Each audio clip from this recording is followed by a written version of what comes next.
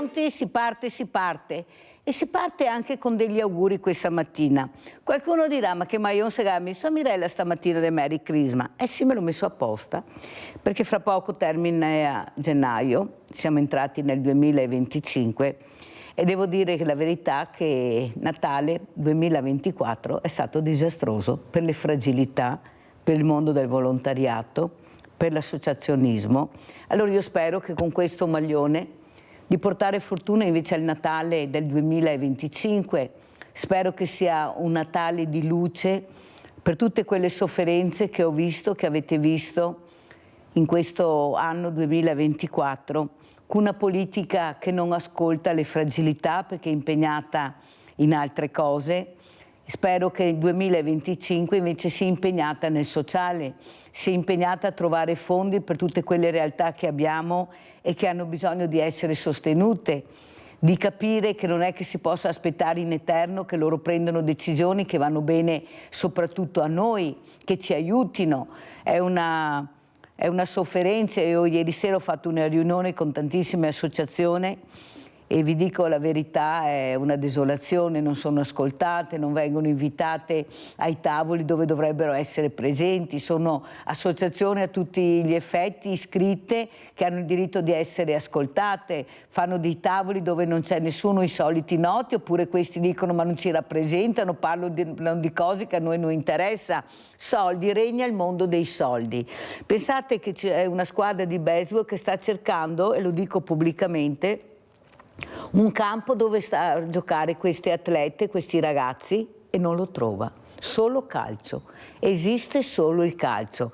Pensate oltretutto che questo allenatore, Giancarlo Rossi, che ho ospitato anche più volte, addirittura gira i parchi per vedere se riesce a catturare quei ragazzi che hanno perso un po' di deviazione, farli cercare di capire che forse anche tramite lo sport, anche questo sport che è uno sport, il baseball, possono trovare una via d'uscita al loro tormento, perché sono ragazzi tormentati. Nonostante faccia questo, tutte le porte chiuse, solo calcio e solo business.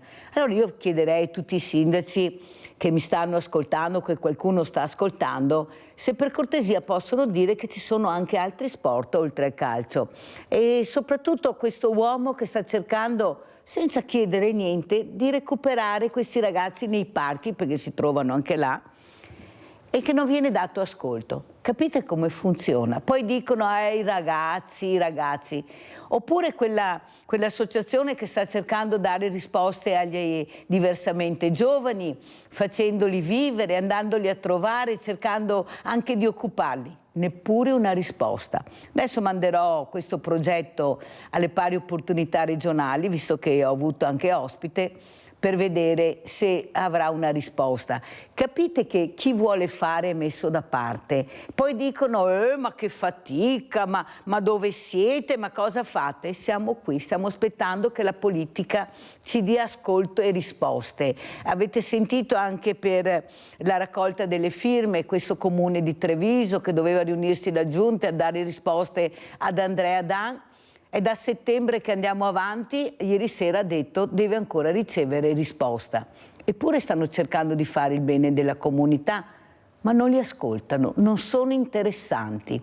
Non so cosa sia interessante per loro. E poi si fregiano del mondo del volontariato. Ecco, voi dovete sapere come funzionano le cose e dobbiamo stare attenti perché fra poco si andrà a votare. Dovete svegliarvi. E però vorrei fare anche, adesso aprire anche, vedete, Buon Natale, perché voglio fare anche degli auguri. Si chiuderà a questo gennaio, cercheremo anche di andare avanti nonostante tutto e nonostante tutti, però vorrei fare questo buon anno a tutte quelle persone che stanno soffrendo in silenzio, in particolare a Gabriella, questa donna che sta cercando di lottare per queste malattie che all'improvviso arrivano inaspettate e che ti mettono con le spalle al muro. Però abbiamo la fortuna, Gabriella, di avere la scienza, la ricerca. Abbiamo anche qua a Treviso un ottimo ospedale, abbiamo tanti buoni ospedali anche a Padova, avete sentito anche Rovigo, perciò io sono convinta che ce la farai, bisogna avere pazienza, hai una famiglia anche molto numerosa, molto, molto attiva, questi ragazzi sono 3 maschi mi sembra, perciò Gabriella tanti auguri, complimenti anche per questa famiglia, per i tuoi figli e soprattutto tieni duro che vedrai che ce la farai. E lo dico anche a tutte le persone che stanno soffrendo in silenzio, che non sono aiutate, però non mollate assolutamente. La salute è la prima cosa, è la più importante, tutto il resto è noia, ve lo dice Mirella. Andiamo avanti tutti insieme e ce la faremo. Adesso andiamo a vedere questo servizio prima di presentare l'ospite. Al via la 5ª edizione del Salone Nautico qui all'Arsenale di Venezia, un'edizione che combacia con i 700 anni dalla morte di Marco Polo, l'esploratore che portò Venezia nel mondo. L'obiettivo? Raggiungere nuovi record.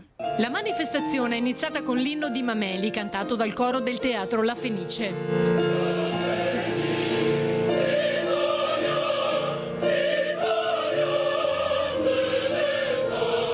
Del nastro alla presenza tra gli altri del sindaco Brugnaro, il presidente Zaia e il vice premier Tajani. L'apertura è stata segnata dal saluto tricolore dal cielo dell'elicottero MH101 e dal lancio degli incursori della Marina Militare, che hanno terminato la loro discesa nelle acque del bacino dell'Arsenale. Che meraviglia! Guarda che grande questo tricolore! L'evento, divenuto una delle principali fiere internazionali del comparto, ospita 270 espositori, di cui 54 stranieri e 300 imbarcazioni, con un focus particolare sulla nautica da diporto innovativa e sostenibile. Bisogna ricordare che questo salone è diventato il primo salone nella sostenibilità al mondo, cioè qui c'è la ricerca sulla appunto la transizione ecologica, la famosa 3 di cosa è quello di mettere in campo motorizzazioni ibride, pensare all'elettrico, pensare all'idrogeno, pensare anche a tutta una serie di studi sulle catene, sulle carene, e tutta questa roba qua è quello che oggi vediamo. La filiera industriale qui è molto variegata, ci sono le industrie grandi che fanno le barche, noi siamo i primi produttori al mondo, ma ci sono anche i cantieri più piccoli e poi c'è una filiera incredibile di artigiani che costruiscono per questi cantieri. Il Salone ogni anno cresce e lo fa ispirandosi alla bellezza dell'Arsenale, riscoprendo la storia veneziana e italiana del rapporto col mare e affrontando i temi però anche della modernità, della sostenibilità, della transizione ecologica e appunto del ridisegno di una nautica in chiave maggiormente sostenibile. Ci sono la cantieristica veneziana sia per la manutenzione sia per la costruzione di nuove barche in legno, ma con la sfida della sostenibilità e quindi con motorizzazioni elettriche o ibride. Ci sono tutta la cantieristica da diporto, quindi da barche dai 3 ai 9 metri, e poi in acqua un parterre di barche, un display che è di oltre 1,5 km di pontili, che ci permette di conoscere il meglio della cantieristica italiana ed europea. Non solo vetrina d'élite, ma occasione per ripartire dalle storiche acque della laguna e con un altro grande obiettivo. Adesso si tratta di riuscire a trattenere queste barche anche per i periodi invernali a Venezia, in tutta la costa veneta, dove dobbiamo efficientare le darsene, i porti. Il porto di Venezia e la marittima deve essere un luogo dove ci vengono ancora e devono tornare i mega yacht, quelli che sono a Barcellona adesso, perché un mega yacht ha qualcosa come 50-100 persone di equipaggio, devono rimanere anche d'inverno. E presento subito il gradito ospite, è Rudy Toninato, presidente Assonautica Acque Interne Veneto ed Emilia. Grazie Toninato di essere qui. Abbiamo sentito un Brugnaro che ha detto che siamo il primo paese infatti di nautica, di queste costruzioni di queste barche meravigliose. Non lamentatevi, ieri vi ho portato a sciare, questa mattina vi porto in queste meravigliose barche, saliamo assieme a voi in questa meraviglia, visto che non lo potete fare vi porto io, non c'è solo la montagna, c'è anche il mare. Allora come sta andando Toninato? Cosa ci racconta questa mattina? Tanto lavoro, tanti soldi, fortunati loro, prego. Buongiorno Mirella, grazie a te per l'invito e grazie a tutti i telespettatori che ascoltano queste nostre parole. Io ho apprezzato tantissimo quello che tu hai appena detto per l'associazionismo, tanto che io sono presidente di un'associazione che si chiama Assonautica Acque Interne Veneto Emilia. Allora, sì, mi verrebbe un po' da sorridere perché il sindaco Brugnaro parla dei mega yacht, parla del valore dei mega yacht di bandiera straniera, però ci dimentichiamo delle aziende che navigano italiane, con bandiera italiana, che navigano in Italia. Allora mi verrebbe da dire al sindaco Brugnaro, ma perché punti ai mega yacht stranieri e non guardi in casa le attività delle società italiane, delle società homemade fatte in casa da imprenditori lungimiranti che da 50 anni, 60 anni, chi 70 anni stanno cercando in tutti i modi di valorizzare questo nostro territorio. Fa figo, passami il termine Mirella, presentare un salone nautico che oltretutto movimenta dei denari importanti per l'Arsenale, per Vela che gestisce l'Arsenale, però mi viene da dirti, dove erano gli imprenditori del territorio in quell'Arsenale là? Dove sono le società che fanno manutenzione e che costruiscono le imbarcazioni per il Veneto e per i veneti? Ma voi sapete che proprio in questo periodo sto cercando di capire come poter manutentare o poter costruire un'imbarcazione per navigare le nostre acque. Bene, non c'è un cantiere in Venezia che mi abbia presentato una proposta di costruzione di un'imbarcazione da 40 metri in ferro per navigare la litoranea veneta. Perché vi dico questo? Perché se io oggi devo fare un'imbarcazione di questo tipo, a Chioggia costruiscono dei mega yacht, un cantiere che c'è a Chioggia e non mi ha neanche mandato l'offerta. Un cantiere nautico polesano purtroppo ha chiuso i battenti a fine dell'anno scorso ed era un ottimo cantiere, ma non ce l'ha fatta. Il cantiere navale Vittoria in Adria, purtroppo c'è stato un debug e hanno chiuso e sono stato riacquisiti. Adesso la nuova azienda che ha ripreso il cantiere non so se sia già in fase o se sia in grado di produrre preventivi per la costruzione di barche.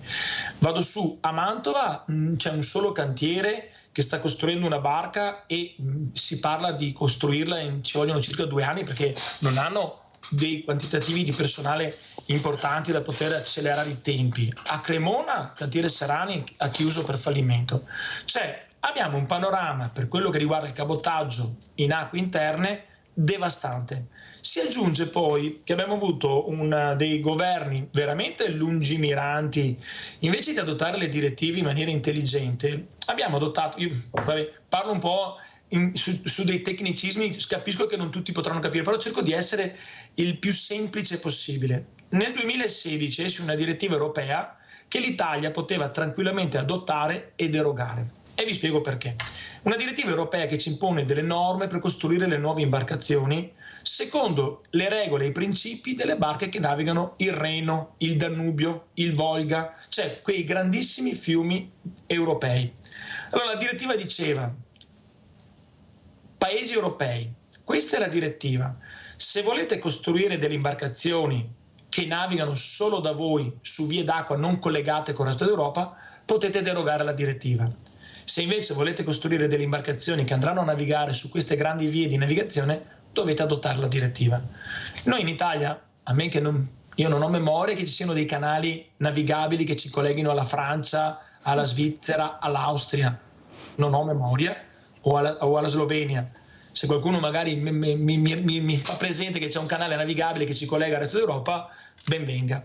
Ciò detto, non c'è nessun canale navigabile che collega l'Italia al resto d'Europa, ma lo stesso i nostri governatori, il nostro ministero ha adottato totalmente la direttiva, creandoci un problema insormontabile, innavigabile, cioè stiamo diventando pazzi per far costruire delle barche che ci vanno a costare almeno il doppio rispetto ai costi precedenti. Questa cosa ha fatto sì che gli imprenditori italiani non investono più nelle nuove costruzioni, ma si rabaltano su a cercare di risistemare le vecchie imbarcazioni, quindi è aumentato il mercato del vecchio perché il nuovo diventa insostenibile. Mi fa sorridere Brugnaro che parla di ecosostenibilità, quando per noi imprenditori non c'è stato un solo contributo per fare la transizione ecologica, mentre questa cosa è stata fatta per i camion, ok? Guardate che io rappresento non solo il trasporto dei passeggeri via d'acqua, ma parlo anche a nome per conto del trasporto merci. Tu Mirella lo sai quanto io mi sto dibattendo per incentivare l'uso delle acque per vie fluviali. L'ho detto centinaia di volte in tutti i convegni dove vado a far parte e a parlare, parlo di sostenibilità vera, quella che mi toglie i camion sulla A4 Trieste-Milano e me li porta in parte, dico in parte, sull'acqua. Abbiamo delle vie d'acqua pazzescamente importanti, abbiamo una classe quinta CEMT che ci permette di partire, per assurdo, dal porto di Grado, dal porto di Nogaro e navigare fino a Cremona, via acque interne. Quindi vuol dire collegare il porto di Nogaro, in parte il porto di Trieste, in parte il porto di Marghera, il porto di Chioggia, arrivare a Rovigo, poi continuare sulla via d'acqua, arrivare a Mantova, usciamo sul Po, continuiamo a navigare fino a Cremona. Cioè, io non vorrei dire, ma sono più di 700. Presidente, io l'ho invitata proprio per questo, perché è da un pezzo che io dico e non riesco a capire, perché non ricominciamo a capire che abbiamo dei porti meravigliosi. E invece di fare la quarta, quinta, sesta corsia, fra poco, se continuiamo così, che ormai non ne possiamo più, iniziare a capire che forse l'Italia morfologicamente è proprio strutturata per questo, per fare questo, con dei porti incredibili e delle possibilità incredibili. Ma io ho avuto anche degli ospiti che mi hanno detto che hanno presentato anche dei progetti importanti. Ci sono dei progetti che darebbero la possibilità di fare questo, ma non vengono presi in considerazione. Noi dobbiamo assolutamente sentire solo cemento, corsie, tutto su gomma, perché là è il business, Presidente, inutile che ce la giriamo, là è il grande business, che se ne frega di rivedere quello che potrebbe essere, come lei ha detto, una transazione ecologica, l'ecosostenibilità. Allora interessa il business, è quello che interessa, i satelliti, andare su Marte, su Venere, sulla Luna, chissà dove. Cioè capisce che non gliene può fregare di meno e soprattutto lei ha spiegato molto bene, c'è anche molta incompetenza. Però io direi anche che noi in Europa abbiamo anche letto, e li stiamo pagando fior di quattrini, questi onorevoli, questi parlamentari europei che dovrebbero dirci cosa fanno, quando firmano, quando non firmano. E risulta che noi sappiamo qualcosa di quello che viene fatto in Europa tramite i nostri parlamentari europei, e metto dentro tutti. Le sembra che si sappia qualcosa di quello che sta dicendo anche lei, che poi può essere anche di un interesse generale, perché stiamo parlando di forza lavoro, o sbaglio? Eppure non si sa niente. Aspetti, Presidente, perché abbiamo il centralino, sennò un disastro. Abbiamo, sì, Rinaldo, vai Rinaldo. Ciao Mirella e buongiorno ai tuoi ospiti. Finalmente una persona che se ne intende di acqua, che capisce cosa che è l'acqua e la navigazione. Mi sono veneziano, va bene, dal 1950 che navigo per le acque di Venezia con le barche, prima con le barche a remi, dopo qui dopo il motore. Va bene, gosto di io in navi, non avevo partito. Il sindaco, Zaia, che è gente che sia, che viene a farsi illustro, per chi viene a farsi illustro di Venezia, non sa neanche cosa che sia l'acqua. Venezia è intasata da anni, va bene, che fra poco se non scavi i canali, come quello che va a Mestre, va bene, che è il canale Salso, non passa neanche più, perché si intasa tutto, non c'è più acqua, e sarà 1 metro di acqua, con rete secca, c'è tutto fermo.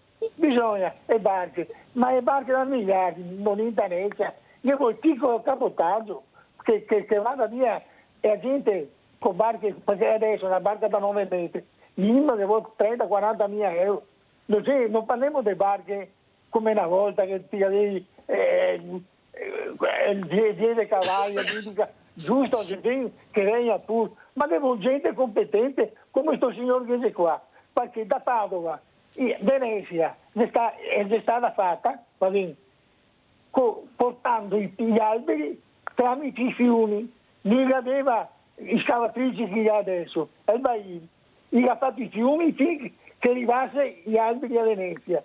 Possibile che adesso non sia andare una benetata, dragare i canali, metterli in condizione che le barche passano. A Venezia è lo stesso, anche su certi rivi, quando che si secca dura, non passa più nessuno.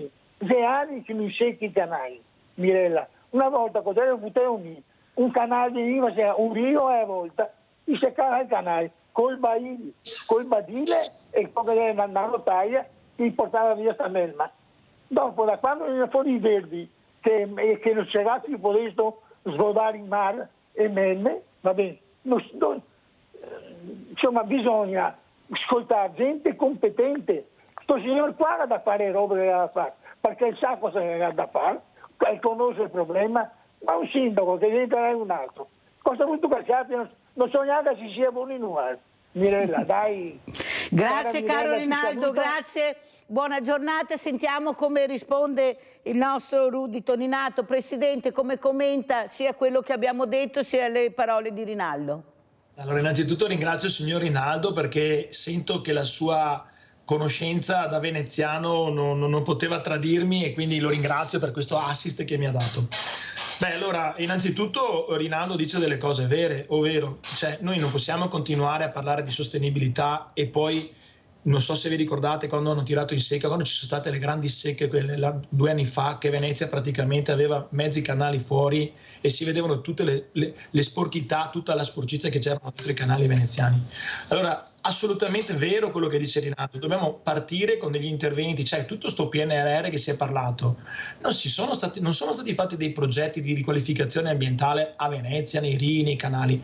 Noi abbiamo dei problemi a navigare la riviera del Brenta, noi navighiamo le ville venete, la riviera del Brenta è tutta una secca, cioè noi abbiamo problemi. Oggi, stamattina, prima di questo incontro, ho scritto esattamente ad Infrastrutture Venete, che è la società in house della Regione Veneto, perché ieri una chiatta si è arenata tra la conca di Cavallella d'Adige sinistra e destra. Stamattina ho scritto, ma non è che faccio una colpa a Luca Zaia o a chi gestisce le infrastrutture, faccio una colpa a noi, a me, che non siamo riusciti in questi 30 anni a trovare un metodo per comunicare alla politica le nostre necessità.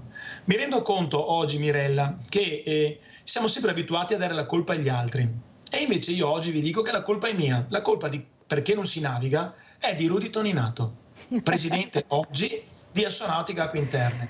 Perché Rudy Toninato in questi 30 anni io sono da 40 anni amministratore di un'azienda di navigazione, da 25 anni sono socio consigliere di Unione Navigazione Interna Italiana, da un paio d'anni sono stato vicepresidente di Assonautica e da dicembre mi hanno proprio voluto a tutti i costi nominare presidente, forse perché o sono alto, bello, intelligente e modesto, o perché magari le cose che ho fatto hanno avuto un valore oggettivo. Cioè, abbiamo fatto un lavoro enorme, Mirella, e io ringrazio l'Istituto Vendramin di Venezia, perché siamo riusciti ad aprire quest'anno un primo corso di piloti motoristi autorizzati, cioè dopo il nulla cosmico, una scuola veneziana che apre un corso per formare del personale che andrà a navigare in acque interne.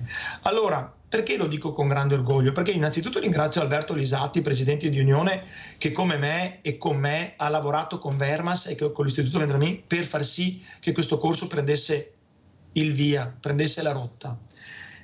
Comprendo anche che ci vorranno 5 anni per formare, ma vi dico delle cose che sono veramente incredibili. Oggi veramente sono carico, Mirella, quindi lasciami parlare, perdonami. Fermo un secondo però, Presidente, perché abbiamo Maurizio, perché sennò cade il centralino, poi riprendiamo naturalmente. Vai Maurizio.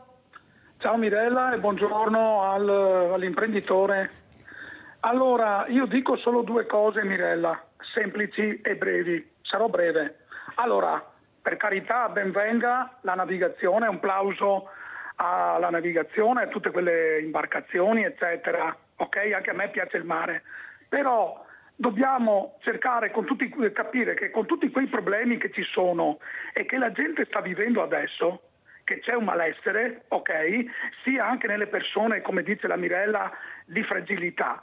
Perché non investire, anziché su questo campo, investiamo sulle persone che stanno soffrendo adesso, ok? Perché questa è la cosa importante, sulla salute, poi viene tutto il resto. Ok? Ecco, allora, siccome che tanti colletti bianchi si lavano la bocca, che vanno a fare i belli in giro per il mondo a dire questo e quello, ho la nave, lo yacht più bello del mondo, alla faccia delle persone che stanno soffrendo, ok? Ma ci rendiamo conto o no? Ecco, allora, dobbiamo fare innanzitutto un plauso a tutte quelle persone, gli operai, che lavorano intorno al cantiere delle navi. ok? Intanto, perché è per merito loro che ci sono queste belle navi. Ecco, quindi allora cerchiamo un attimino anche di essere obiettivi, e mi meraviglio anche del sindaco Brugnaro, che si fa vedere bello per far vedere le belle navi quando ci sono la gente che è in difficoltà. Io vi saluto e vi auguro una buona giornata.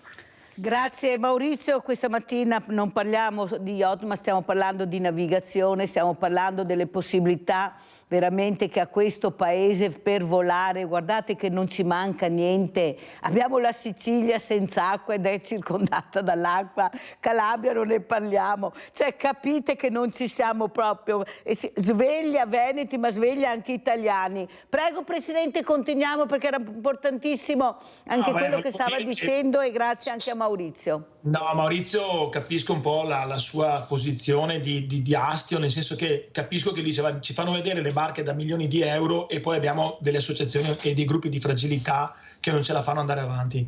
Condivido totalmente, Maurizio, quello che tu hai appena detto, però noi stiamo parlando di cose diverse. Infatti, come ha detto la nostra Mirella, noi di Assonautica non possiamo salvare il mondo, nel senso che cerchiamo di salvarlo, ma a modo nostro, cioè cercando di rendere più sostenibile il nostro territorio. Vi faccio un esempio: quando io parlo di navigazione, e vi ripeto, navigazione commerciale, intendo quelle barche che vanno a caricare 100 camion e invece di farteli navigare di farteli circolare via strada, te li porto a Cremona via acqua. Cioè il mio scopo, il nostro proprio principio è quello di migliorare la qualità della vita nel nostro territorio. Migliorare la qualità della vita vuol dire migliorare la salute. Quindi se domani mattina invece di avere, dico un numero a caso, 100 persone che prendono il cancro a causa dei fumi, dell'inquinamento del PM10, ce ne saranno 50, ce ne saranno 20, saranno 70, ci saranno 80, 50, 80 persone che abbiamo salvato dal tumore. Cioè io principalmente punto a risolvere anche questo tipo di problema. Poi se ognuno di noi fa la sua parte, per carità di Dio, come Assonautica stiamo lavorando veramente in maniera importante per la raccolta dei rifiuti in acque interne. Ma voi avete una vaga idea di quante immondizie vengono giù per i fiumi che nessuno vede e vanno direttamente a finire in mare? Voi vi siete mai fatti un giro quando c'è il giro di marea a Scardovari, Porto Baricata, Busa di Scirocco, Busa di Tramontana sul delta del Po? Cioè voi avete un'idea di cosa viene fuori dal Brenta a Chioggia, cosa viene fuori dall'Adise, e il giro dell'acqua dell'Adriatico ce li porta tutte sulle nostre coste? Fatalità, abbiamo anche la sfiga o fortuna che abbiamo il delta del Po che fa una punta e quindi l'acqua viene praticamente bloccata e quindi tutti i sedimenti in galleggio si fermano sulle nostre coste. C'è un lavoro enorme che noi stiamo cercando di fare per risolvere anche questo tipo di problema. Togliere le plastiche dalle vie d'acqua vuol dire ridurre l'impatto ambientale su tutto il territorio, su tutto quello che è l'ecosistema. Cioè abbiamo veramente dei problemi da affrontare. È vero anche che poi bisogna investire sulla salute, siamo d'accordo, ma proprio questo è quello che stiamo facendo. Cioè ogni intervento atto a ridurre la mobilità su gomma, ridurre l'asporto di rifiuti su acqua, va a migliorare la qualità della nostra vita, va a migliorare la nostra salute. Cioè non è che ci voglia una laurea a capire che se invece di correre ogni giorno 100.000 camion ne corrono 50.000, ci sono 50.000 motori in meno accesi. Cioè io voglio far capire bene questo, e se qualsiasi cosa faremo noi di Assonautica per ridurre questo, per noi sarà un successo. Cosa c'è adesso da dire? C'è da dire anche che ci sono delle norme devastanti. Vi faccio un esempio, mi ricollego a quello che volevo dirti prima, Mirella.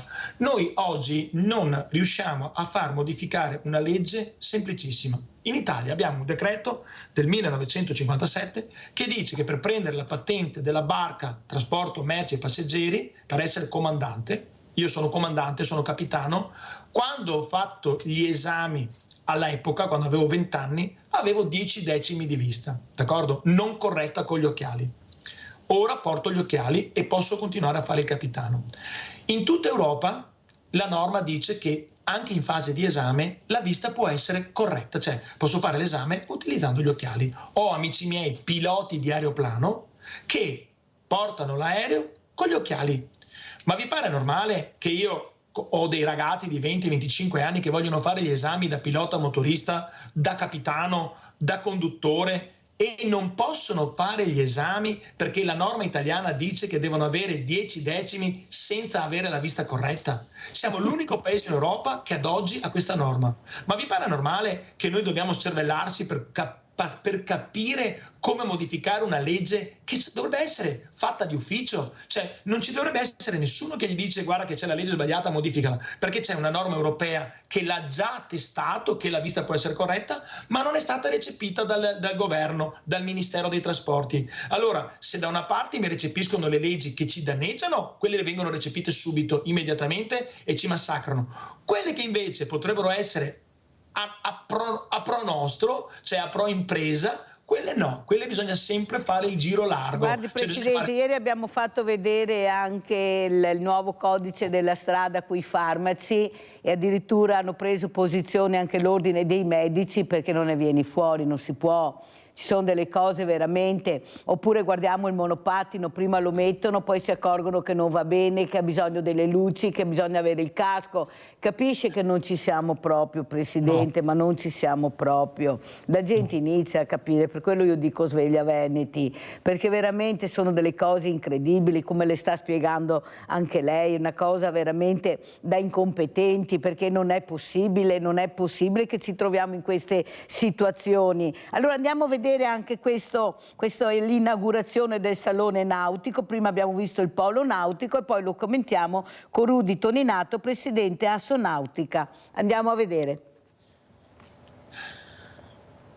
E a Mestre il luogo di promozione dell'attività nautica con i suoi momenti di aggregazione e socialità. Si trova dove un tempo c'era l'ex colonia eloterapica e l'ex dogana, e in Punta San Giuliano dove, dopo soltanto 2 anni di cantieri iniziati nel 2021, si è inaugurato il nuovo polo nautico. È affacciato sulla laguna, un luogo che ho voluto fortemente rilanciare con un investimento di più di 10 milioni di euro del Comune, ma soprattutto con la grande passione degli associati, dei soci, di tutte le 5 associazioni che compongono questo universo. Un universo sportivo e naturalistico, e da qui che Brugnaro ha annunciato si terranno gli stati generali del traffico acqueo. Convocherò tutte le associazioni della Voga, ma anche quelle di categoria che stanno sull'acqua, perché ovviamente i trasportatori, i gondolieri, le associazioni remiere, ma anche la CTV, il Veritas, tutti quelli che hanno barche in acqua e tutte le istituzioni. Sarà una grande assemblea trasparente, non a porte chiuse, con la speranza di non sentire discorsi politicanti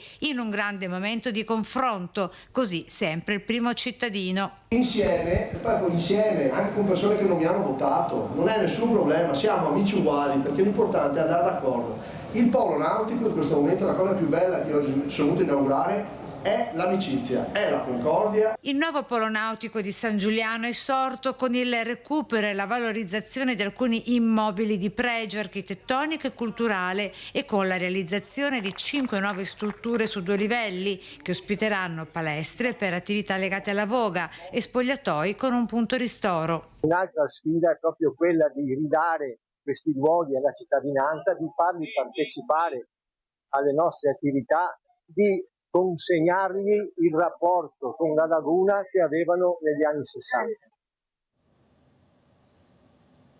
Come commenta, parole, prego, tutti assieme facciamo squadra, prego. Allora, innanzitutto il polo nautico è una struttura veramente importante, in primis per i veneziani, perché la barca, la voga alla Veneta, la vela al terzo, cioè tutte quelle attività legate all'acqua hanno per me un valore infinito di tradizione, di cultura territoriale, quindi se da un lato dico che benvengano queste iniziative, magari qualcuno potrà contestare la spesa, magari qualcuno potrà contestare Luigi Brugnaro perché lui ha questo modo un po' di passare sempre che è amico di tutti, però poi alla fine si fa fatica a dialogare con Luigi Brugnaro. Vi faccio un esempio. Di recente abbiamo fatto notare che si parlano di ZTL, di riduzione dell'overtourism. Vado sul solido, io purtroppo non dico che le vele mi piacciono, io vogo alla Veneta, faccio parte di un'associazione di voga alla Veneta qua a Padova che si chiama Amici del Piovego, faccio parte di un'associazione di voga alla Veneta a Battaglia che si chiama Traditional Venetian Boat, quindi state parlando con qualcuno che sa, prima di tutto, cosa vuol dire associazionismo e secondo, cosa vuol dire la voga. quindi sono capitano, ma vado anche a vogare a Veneta, anzi vogo anche alla Chioggiota con un solo remo a poppa, tanto per essere chiari, perché la mia visione del nautico è ampia. Ho fatto il surfista fino a quando pesavo 55-60 kg, poi naturalmente ho dovuto abbandonare per questioni di panza, quindi capisco perfettamente cosa vuol dire il sistema associazionistico delle barche. Adoro la voga longa, anche se a noi armatori, navigatori, la voga longa e tutte quelle iniziative ci creano problemi di traffico. Sono tra quelli che è d'accordo per la riduzione totale del moto ondoso, che sia chiaro, perché per noi fare turismo vuol dire fare un turismo slow, un turismo lento. Per chi non lo sapesse, faccio parte di un gruppo di lavoro che la prima imbarcazione elettrica, la nostra azienda l'ha varata nel 2004, cioè 2004 vuol dire 21 anni fa. Quindi Luigi Brugnaro a settembre ha inaugurato sono già 2 o 3 saloni nautici dove si punta alla sostenibilità elettrica, quindi sono già 2 o 3 anni che si parla di barche elettriche, di sostenibilità. Ma persone un po' lungimiranti, la prima barca elettrica l'abbiamo costruita 21 anni fa, naviga a Padova, ce l'abbiamo da sempre a Padova, tanto per farvi capire che cosa vuol dire puntare sulla sostenibilità, ma quella vera. E devo dire anche un'altra cosa, con grande orgoglio vi voglio dire che la barca elettrica 21 anni fa l'abbiamo fatta con i soldi nostri, 0 contributi pubblici, 0 contributi europei, abbiamo fatto la barca perché volevamo essere tra gli apripista di una mobilità sostenibile. Quindi non vengo qua a fare il filosofo senza poi avere fatto in concreto le cose, vengo qua a fare la dimostrazione della concretezza. Altra cosa molto importante. Fermo, Presidente, una domanda che mi viene spontanea. Ma la forza lavoro dove si trovano per questi cantieri che sono rimasti? Chi è che lavora all'interno? Perché noi non sappiamo niente di niente, noi sappiamo solo che è difficile trovare giovani che lavorano. Com'è la situazione per quanto riguarda la nautica?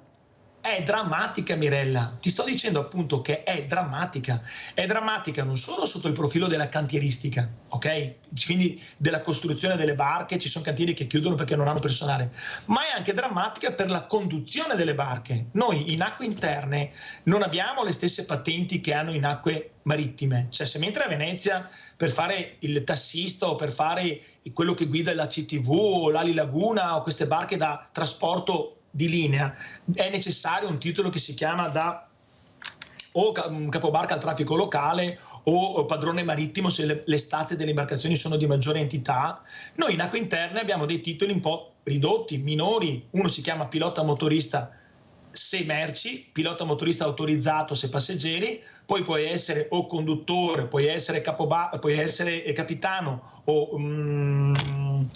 o capotimoniere, non mi veniva la parola, scusatemi, capotimoniere autorizzato in base alla stazza della barca.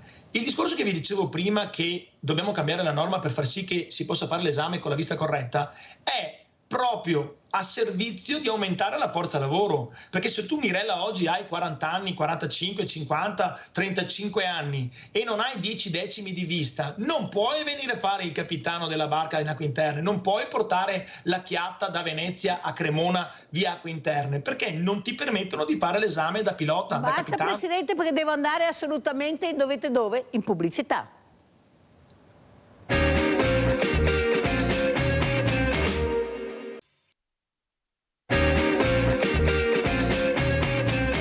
Adesso abbiamo Leone da Tre Baseleghe. Ciao Leone.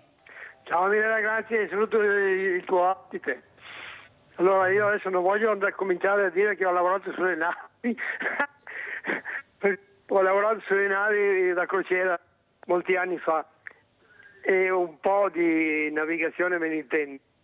Comunque voi per lavorare sui fiumi avete bisogno di acqua e d'estate come fate quando non c'è acqua? Poi bisognerebbe stoccare l'acqua d'inverno per averla d'estate, ma se uno vuole fare una diga c'è tutta la gente che protesta, no, questo non si deve fare, quello non si deve fare. Però io ho un'altra idea.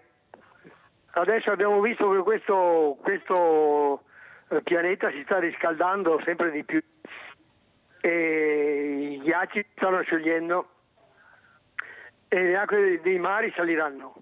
Allora mi è venuta un'idea per tenere sotto controllo il livello dei mari, togliere l'acqua dal mare, cioè abbiamo deserti, abbiamo posti di desertificazione, abbiamo 1 miliardo di persone che non hanno acqua, abbiamo il Mar Morto che è 400 metri sotto il livello del mare, il Mar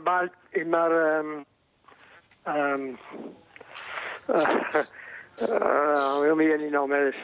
Comunque allora se noi facciamo il sistema di quantificare quanta acqua viene sciolta dai ghiacciai, potremmo avere l'ammontare quanta acqua dovremmo tirare su ogni giorno per tenere il livello dei mari, perché altrimenti come faranno se l'acqua va su, sale,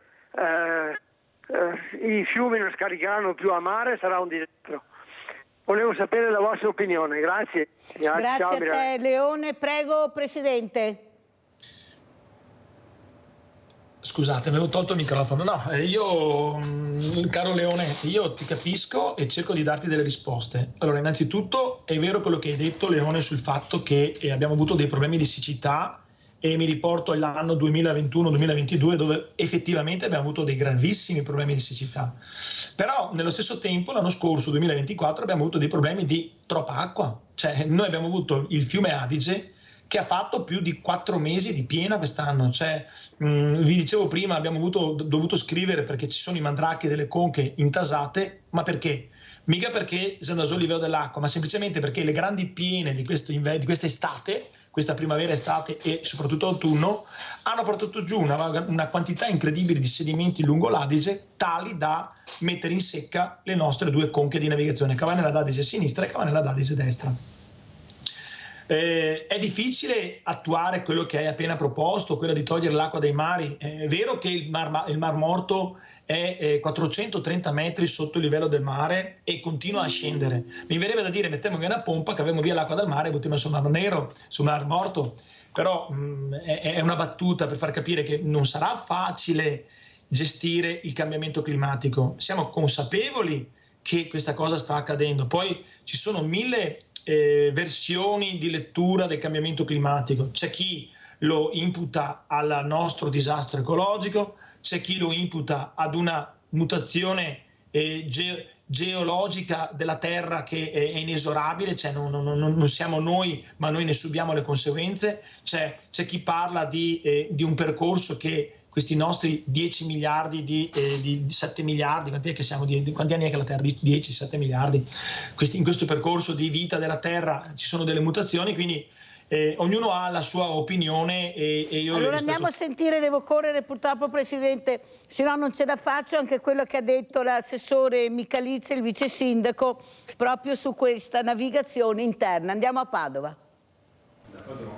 Padova era una città d'acque, fino a quando la rivoluzione urbanistica portò terra, asfalto e automobili nella rete fluviale cittadina. Padova resta comunque una città d'acque con un turismo, per così dire, fluviale di grande impatto, che però potrebbe addirittura raddoppiare. Però, c'è un però. Il turismo fluviale è una leva che può crescere molto. Noi stimiamo oltre 20.000 persone che arrivano attraverso questo tipo di canale, scusate il gioco di parole, ma che noi possiamo raddoppiare. Peccato che la burocrazia stia complicando le cose. Oggi dal punto di vista della normativa regionale i canali navigabili, il naviglio interno della città non è classificato come navigabile ed è un paradosso se pensiamo che uno dei punti di maggiore attrazione della nostra città. Le osservazioni sono già state inviate alla Regione per il cambiamento della normativa. Abbiamo presentato delle osservazioni al piano, alla legislazione regionale proprio per modificare questa impostazione, rendere i nostri canali interni navigabili. Io sono sicuro che su questo troveremo grande collaborazione. in modo tale da poter sfruttare di più questa leva, che è una leva di cultura ma anche una leva di economia importante per Padova. Non solo Padova città d'acque, ma tutto un territorio che viveva a stretto contatto con la rete fluviale e che vuole tornare a vivere quel mondo. Nel 1500 ogni giorno erano 80 i battelli che svolgevano un servizio pubblico, lo ricorda Shakespeare, un servizio pubblico di connessione tra Padova e Venezia, merci e persone. Diciamo che oggi noi ci auguriamo che la Regione recepisca questa idea assolutamente strategica che è stata già in un certo qual modo avvalorata dal Ministero, che ha finanziato l'importante realizzazione di un pontile per le barche elettriche. Noi oltre a Shakespeare ricorderemo anche la giunta Galan con il Mose, ricorderemo anche loro perché questo ricorderemo. Allora abbiamo Sandra da Padova, vai Sandra. Ciao Mirella e buongiorno, che ho ascoltato con molta attenzione il Presidente Toninato. Io sono proprio, è stato molto esaustivo perché ha spiegato proprio per filo e per segno cos'è la navigazione, le navi e tutto quello che ha spiegato prima e che continua a dire. Io dico solo una cosa Mirella, avevo già accennato a questa cosa ancora diverso tempo fa. Io sono stata a Malta. A Malta il mare l'hanno fatto acqua potabile. A Malta usufruiscono dell'acqua del mare e questa cosa potrebbe essere un vantaggio per tutti, ma se nessuno mai comincia non si va da nessuna parte. Cioè io mi ricordo, perché quando sono andata abbiamo così non solo fatto il giro turistico come è di prassi le varie dell'isola, però abbiamo parlato anche con delle persone preposte perché era interessante questa cosa e devo dire che io l'ho assaggiata e l'acqua del mare messa potabile era uguale, buonissima. Allora perché non si sfrutta questo discorso che potrebbe essere anche il beneficio della terra, perché l'acqua del mare ne abbiamo tanta. E poi complimenti perché ha ragione, io abito, lei conosce Padova, Presidente, io abito dove c'è il canale di via Giotto, giusto? E dunque io vedo i residui, però io mi ricordo quando ero io a una certa età, quando ero bambina, che vedevo queste barchette che andavano su e giù, chi aveva sta piccola barca, era bello, andavo con mio papà, mia sorella e si faceva il giro. Io abitavo al Duomo, però adesso sono qui da diversi anni e devo dire che è anche un luogo strategico perché ha una visione che si vede tutto sto canale, ci sono i turisti che scattano fotografie, stranieri, italiani e allora ma perché dobbiamo, con tutto un patrimonio che abbiamo noi culturale, che ce lo invidia a tutto il mondo, non abbiamo quella arte che Sandra, l'ha detto Toninato, sveglia Veneti, siamo anche noi colpevoli, l'ha detto prima. Grazie Sandra, devo correre per poche, siamo anche in chiusura, devo far vedere anche un altro filmato. Grazie veramente Sandra, prego Presidente. Allora, per prima cosa mi voglio correggere perché prima ho detto una castroneria. Allora, la Terra ha 4.560 miliardi di anni e i famosi 7-8 miliardi che dicevo sono gli abitanti. Però volevo solo fare un accenno. Nel 1960 eravamo in 3 miliardi, nel 2023 siamo in 8 miliardi.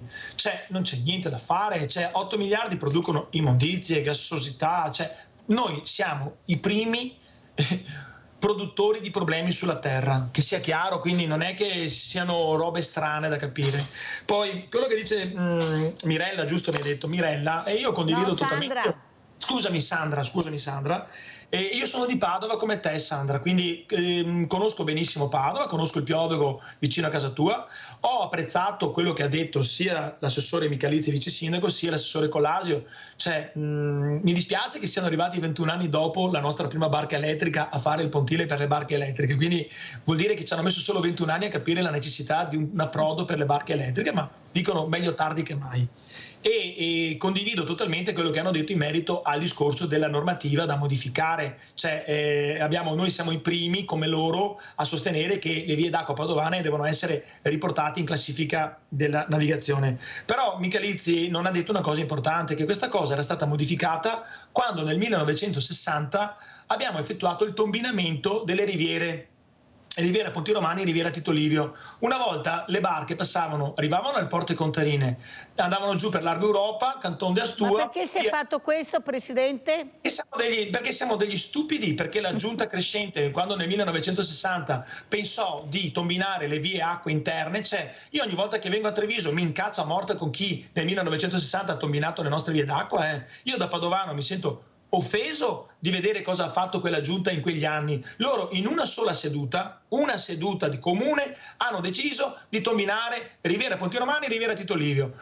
Voi dovete pensare che avevamo una storicità fluviale pazzesca, Padova, città d'acque. Quindi, come diceva appunto Colasio con Shakespeare, 80 imbarcazioni navigavano i fiumi di Padova ogni giorno, trasporto pubblico di merci e di passeggeri. Oggi abbiamo un rivolo d'acqua con un po' di scarichi fognari. Io da anni sostengo che il comune in primis dovrebbe far intervenire chi di dovere per far togliere tutti gli scarichi fognari.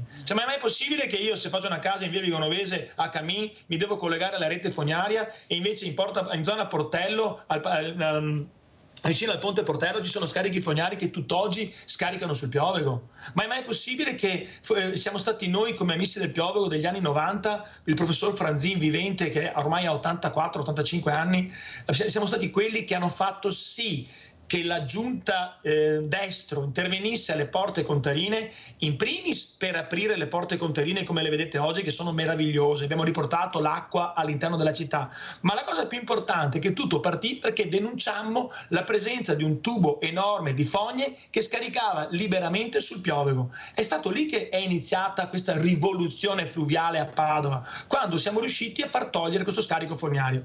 Ma chi sono stati? Le associazioni che vivono l'acqua, che la navigano, le aziende come le nostre che da sempre navigano il Piovego. Noi siamo sul Piovego dal 1993, non è che siamo arrivati oggi. Allora, Presidente, la fermo perché devo far vedere anche questo servizio, ma adesso vi porto in crociera, andiamo a vedere grandi navi. Stiamo parlando di andare a portare giganti del mare in zone altamente pericolose dal punto di vista chimico e altamente tossiche dal punto di vista dei canali che andrebbero scavati. Uscite dalla porta, le grandi navi da crociera ritornano in laguna dalla finestra, sostiene il comitato No Grandi Navi, che ha ripreso l'attività davanti ai progetti di scavo dei 2 canali che permetterebbero il ritorno della crocieristica a Venezia. Certo, le navi non passerebbero più sul bacino di San Marco e lungo il canale della Giudecca, ma per farle tornare in laguna sono necessari interventi ritenuti estremamente impattanti non solo per il delicato equilibrio morfologico del territorio. Considerate che nel canale Malamocco-Marghera, che comunque dovrebbe essere scavato, già passano le petroliere ed è il canale che costeggia Porto Marghera, l'area industriale più pericolosa d'Europa, e considerate che invece il canale Vittorio Emanuele II, recentemente Ca' Foscari ha fatto uno studio, ha trovato che le vongole del canale Vittorio Emanuele II sono 120 volte più inquinate di quelle di qualsiasi altro canale veneziano, che già non sono canali puliti. A ottobre torneranno per l'ennesima volta a Venezia i commissari UNESCO che da anni valutano lo stato di salute di una città costantemente in bilico, sull'orlo di cadere nella lista nera dei siti dell'umanità a rischio. E in una città svuotata degli abitanti, già soffocata da decine di milioni di turisti e che ha azzerato da decenni qualsiasi sviluppo economico e occupazionale che non si basi sull'apertura di alberghi e ristoranti, il ritorno delle grandi navi significherebbe, secondo il comitato, l'arrivo di oltre 1 milione di visitatori in più. Non mi sembra che questa città in questi anni, senza i turisti e grandi navi, abbia, non so, sia arrivata, come dire, a non arrivare a fine mese. Non mi sembra che questa città sia con l'acqua sul collo. Mi sembra che l'acqua sul collo ce l'abbiamo se continuiamo a distruggere la laguna. Di che lavoro vogliamo parlare se questa laguna non esisterà più? Di che lavoro vogliamo parlare se in questa città si può lavorare solo con un turismo che porta a un lavoro spesso precario, spesso in nero? Allora, Presidente Toninato, come chiudiamo questa prima parte con lei? Prego. Chiudiamo che l'aver chiuso le grandi navi a Venezia, reputo corretto che le navi non devono passare per il bacino di San Marco e il canale della Giudecca. Sono tra i primi che a quell'epoca fu contrariato dal fatto che navigavano questi grandi, enormi giganti su Piazza San Marco, su bacino San Marco. Però devo anche fare i conti della serva, ovvero dell'indotto che oggi non lavora più. Pensate proprio al terminal passeggeri VTP 103, 107, tutto quello che era l'hub che era appena stato costruito, hanno speso 20 milioni per far arrivare le navi al porto, al 103, al porto turistico di Venezia. E c'è da dire che ero completamente in disaccordo sullo scavo del canale Concordia, però non posso dire che sono contrario allo scavo del canale Vittorio Emanuele II. In primo perché il canale in sé ha già una profondità media di oltre 6 metri, quindi lo scavo sarebbe, passatemi il termine, minimale. C'è da dire anche un'altra cosa, che oggi le navi stanno arrivando a Marghera, ma ci rendiamo conto che le grandi navi passeggeri arrivano a Marghera e ormeggiano sulle banchine dove 50 metri prima c'è il carbone, 50 metri dopo c'è il ferro vecchio e in mezzo sbarchiamo i passeggeri? Cioè, è questa l'immagine che vogliamo dare a Venezia? E un'altra cosa, il signore che ha parlato, si rende conto di che indotto di forza lavoro è stato completamente azzerato da quando le grandi navi non sono più arrivate a Venezia?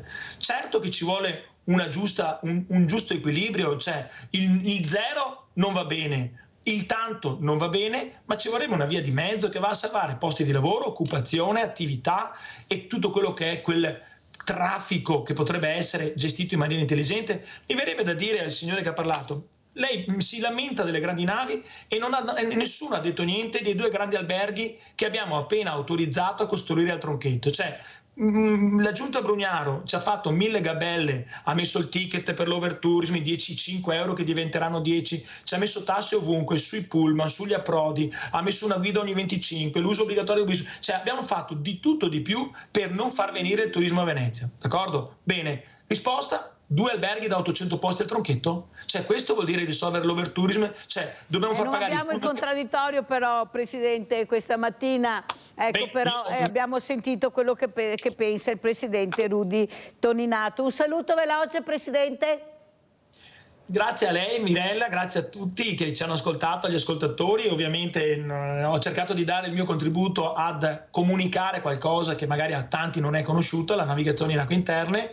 Ci siamo divagati sulla parte della laguna perché di problemi là ce ne sono talmente tanti che si fa presto a sbagliare o a dire qualcosa che qualcuno opinionalmente è diverso. Cioè, per carità, siamo in democrazia, speriamo di restare in democrazia, di poter dire la propria opinione. Io cerco di fare del mio meglio per migliorare il sistema, cerco di fare del mio meglio perché Assonautica porti nei tavoli di concertazione di lavoro le necessità del nostro comparto. Grazie a Rudy Toninato, Presidente Assonautica, Acque Interne, Veneto ed Emilia. Grazie Presidente, buon lavoro. Ecco, forse dovrebbe anche lei andare in politica, dicono scendere in politica, invece di scendere nelle navi scende in politica, perché il Paese ha bisogno di persone competenti, perciò non farebbe proprio male e magari si cambierebbe anche qualcosa, un po' di aria fresca, penso ci voglia anche in politica. Grazie, pubblicità.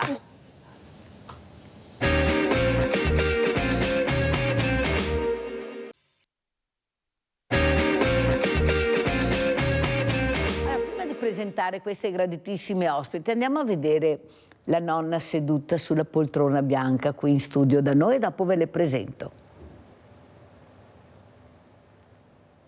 Eccola qua. Ecco qua questa nonna, naturalmente ho fatto vedere solo le mani, lo dico anche a Sara Simeonato e Clorinda Trentin. E Clorinda Trentin, che sono un'associazione veramente meravigliosa, magica, VIP Treviso ma non solo. Ecco, parlo prima con Sara.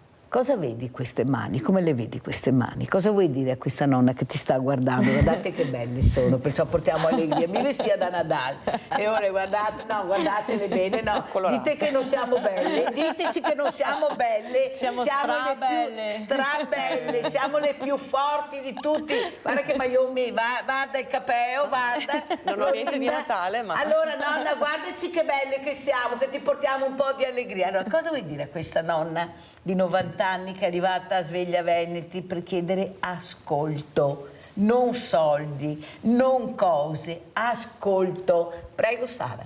Ne vediamo tanti di nonni noi, tantissimi, perché andiamo anche nelle RSA, andiamo in geriatria al Cafoncello e quindi ne vediamo tanti e hanno tutti lo stesso problema, nel senso che molte volte sono soli e quindi anche avere una persona davanti, anche solo 10 minuti, perché alla fine facciamo 10 minuti in ospedale, in geriatria, o quando andiamo nelle strutture stiamo lì un'oretta, e anche solo avere quell'oretta lì per loro è magia, perché hanno delle persone che li fanno divertire, che li ascoltano, che li fanno star bene. Pensa che ci hanno chiamati, spoilerò perché nessuno lo sa, cioè no, nessuno lo sa, non sappiamo noi.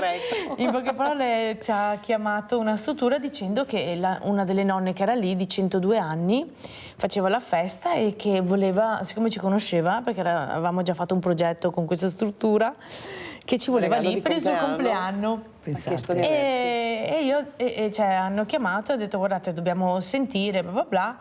E a un certo punto ci ha chiamato la figlia, fa no perché io so che mia mamma ci tiene tantissimo, vi prego fatele questo regalo, ci ha tipo chiamato 4-5 volte perché la mamma ci teneva tantissimo che... Ecco, la voglia, Clorinda, anche di giocare, ecco, di essere in allegria, che io vedo su queste persone diversamente giovani, come li chiamo io, questa voglia di ritornare bambino, di essere un po' coccolato, accarezzato, questo contatto umano che manca, ecco, questi occhi che ti guardano sperando veramente di avere una carezza, un ascolto. Prego, Clorinda. Allora, capita tante volte quando facciamo servizio di trovare persone diversamente giovani ed è un piacere stare con loro perché ti devono raccontare la ricetta che fanno, il piatto che fanno e le canzoni che cantavano. Infatti tante volte ci danno lo spunto per cantare con loro insieme qualche canzone che magari noi le sappiamo o non le sappiamo, però li seguiamo e quindi sempre ad ogni servizio qualcosa di nuovo porti a casa.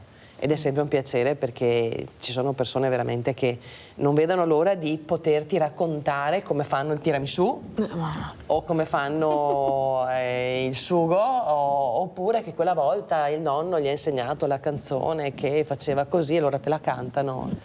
E apprezzano molto e anche noi apprezziamo. Avete capito? Cioè loro sono molto attenti, non è che hanno detto un dolce qualsiasi. Hanno detto il tiramisù, perché loro sanno che al momento è il tiramisù il dolce che veramente va per la maggiore. È inutile che ce la raccontiamo, così, Sara. qui a Treviso, Mirella, deve essere così. Il tiramisù è nato qua, tutti che i furlani lo vogliono, no? Se quasi nostro. Ascolta, Sara, ecco, e questo ascolto che manca non solo, diciamo, ai diversamente giovani, manca anche ai ragazzi, manca anche ai bambini. Noi vediamo veramente delle situazioni incredibili proprio perché non c'è stato ascolto prima e adesso ci ritroviamo nelle situazioni che ci ritroviamo. Quanto è importante invece anche l'ascolto, questi bambini che come iniziano a parlare la prima cosa che dicono è mamma e perché? Perché? Cosa dici, Sara? Voi che andate anche in questi reparti di pediatria dove veramente ci vuole un certo anche savoir-faire. Guarda, perché non è facile con certe situazioni che ti trovi di fronte, ecco, genitori disperati, il bambino è una spugna, vede, sente, bisogna stare molto attenti, prego. Allora guarda Mirella, noi andiamo in tante strutture, comprese anche le scuole, perché cerchiamo di portare il nostro vivere positivo anche ai bambini, dalla prima elementare alla quinta superiore. Quindi vediamo anche tante realtà, non solo bambino, ma vediamo anche tante realtà nel crescere, nelle varie fasi di età. Ed è importantissimo questo, perché in una società come questa, il fatto di vedere magari, che ne so, che ci sono dei bambini di quarta elementare che non hanno autostima, per dirti, o che magari nelle medie comincia già a esserci un po' di bullismo, il fatto che magari nelle superiori è successo che abbiamo visto che i ragazzi erano svogliati nei confronti della vita, eccetera. Noi andiamo lì, non è che abbiamo la bacchetta magica ovviamente, perché quella non ce l'abbiamo, però Il nostro volere è quello di entrare nei cuori e cercare di far capire loro che la vita è bella, che pensare che le cose positive ci sono e che ti possono dare una mano a vivere meglio è tutto più bello così, è tutto diverso. Più stimolante. Più stimolante, sì. E quindi anche il fatto di aiutare gli altri, perché noi, soprattutto alle superiori, facciamo in modo di far capire cos'è l'altruismo e perché è così importante. Come è importante per noi, perché a me ha rivoluzionato la vita e tutti noi beneficiamo di quello che facciamo. Quindi è importantissimo e cerchiamo sempre di farlo capire anche ai bambini, ai ragazzi, ma anche agli adulti. Alla comunità. A tutti. Allora andiamo a vedere questo video e poi vi spiegheremo perché questo nome. Andiamo a vedere Nyonya Rum. Andiamo a vedere.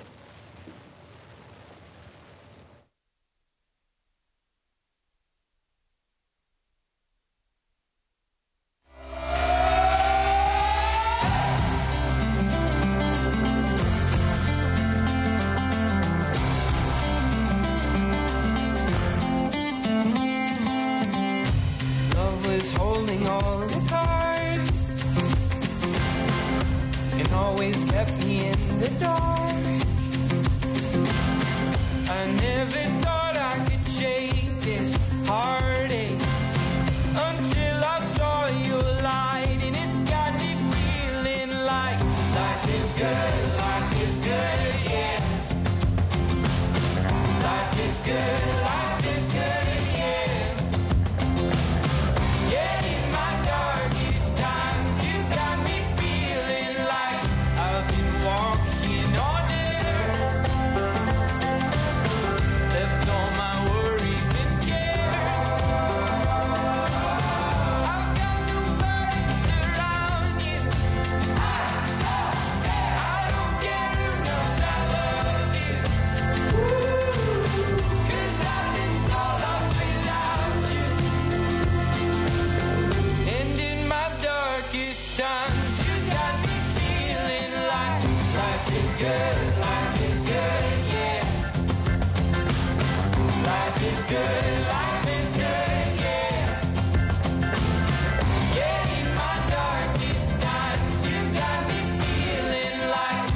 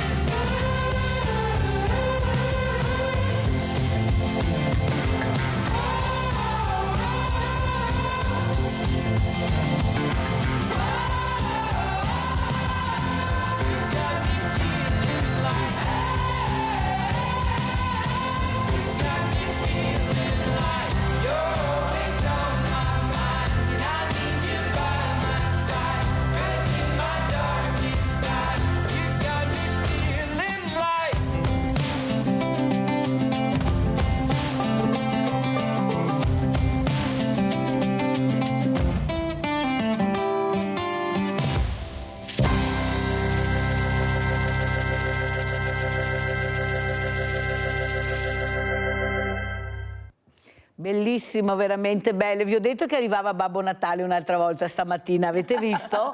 Allora Sara, cosa ci dici? Ecco, cosa abbiamo visto e perché questo nome Nyonya Rum? Allora, la Nyonya Ran è nata... tranquilla. La Nyonya Ran è nata perché uno dei nostri clown anni fa è venuto a mancare in un tragico incidente. Lei si chiamava Nyonya E quindi avevamo pensato di fare qualcosa che la ricordasse e dall'altra parte un modo per raccogliere dei soldi da portare alle strutture dove noi andiamo a fare clownterapia, perché molte delle strutture dove andiamo hanno sempre bisogno di soldi per, che ne so, ad esempio, per dirti, l'anno scorso abbiamo dato, cioè 2024, abbiamo fatto la raccolta, abbiamo raccolto circa 13.000 euro, le abbiamo divise in 2 associazioni che avevano bisogno. Una delle 2 aveva tutta la stanza piena di roba accatastata lì, si sono comprati un grande armadio, hanno messo dentro tutto, quindi per dirti anche cose semplici ma che loro magari tra una cosa e l'altra non riescono a comprare, noi diamo una mano a queste associazioni ad avere la possibilità, che ne so, 2 anni fa abbiamo dato a un'altra associazione, adesso non sto qua a dire i nomi, però abbiamo dato tipo quasi 4.000 euro, 3.500 a un'associazione, perché poi le dividiamo in base a quello che loro ci dicono, abbiamo bisogno di questo piuttosto che di quello, e hanno comprato dei letti antidecubito per le persone i disabili che non riuscivano cioè che non possono alzarsi dai letti. Cosa sta dicendo? I letti per i fragili, queste persone che hanno problemi anche di salute, ci sono dei disabili che non possono alzarsi dai letti, e quindi noi aiutiamo queste persone ad avere insomma un po' più di giovamento anche con un letto, per dirti che sembra assurdo, ma riusciamo a fare questo tramite la Gnogna Run. Quindi la Gnogna Run è nata per questo, è nata perché Gnogna faceva del bene agli altri e noi vogliamo continuare tramite lei a fare del bene anche sotto questo punto di vista. E la Gnogna Run sarà il 23 di marzo. C'è la locandina, forse sì. Abbiamo anche la locandina, vediamo, eccola qua. Queste sono le foto di quella del 2024. Sì. Abbiamo avuto un sacco di persone, tanti aiuti anche da associazioni che ci aiutano appunto nell'impresa, diciamo. Adesso siamo in 70 clown, quindi abbiamo avuto una partecipazione non solo nostra ma anche dei clown di tutta Italia che sono venuti, perché poi noi siamo collegati a una federazione e questa federazione vede 70 VIP in tutta Italia, e quindi sono venuti a darci una mano anche dei clown, che ne so, dalle Marche, dall'Umbria, dalla Toscana.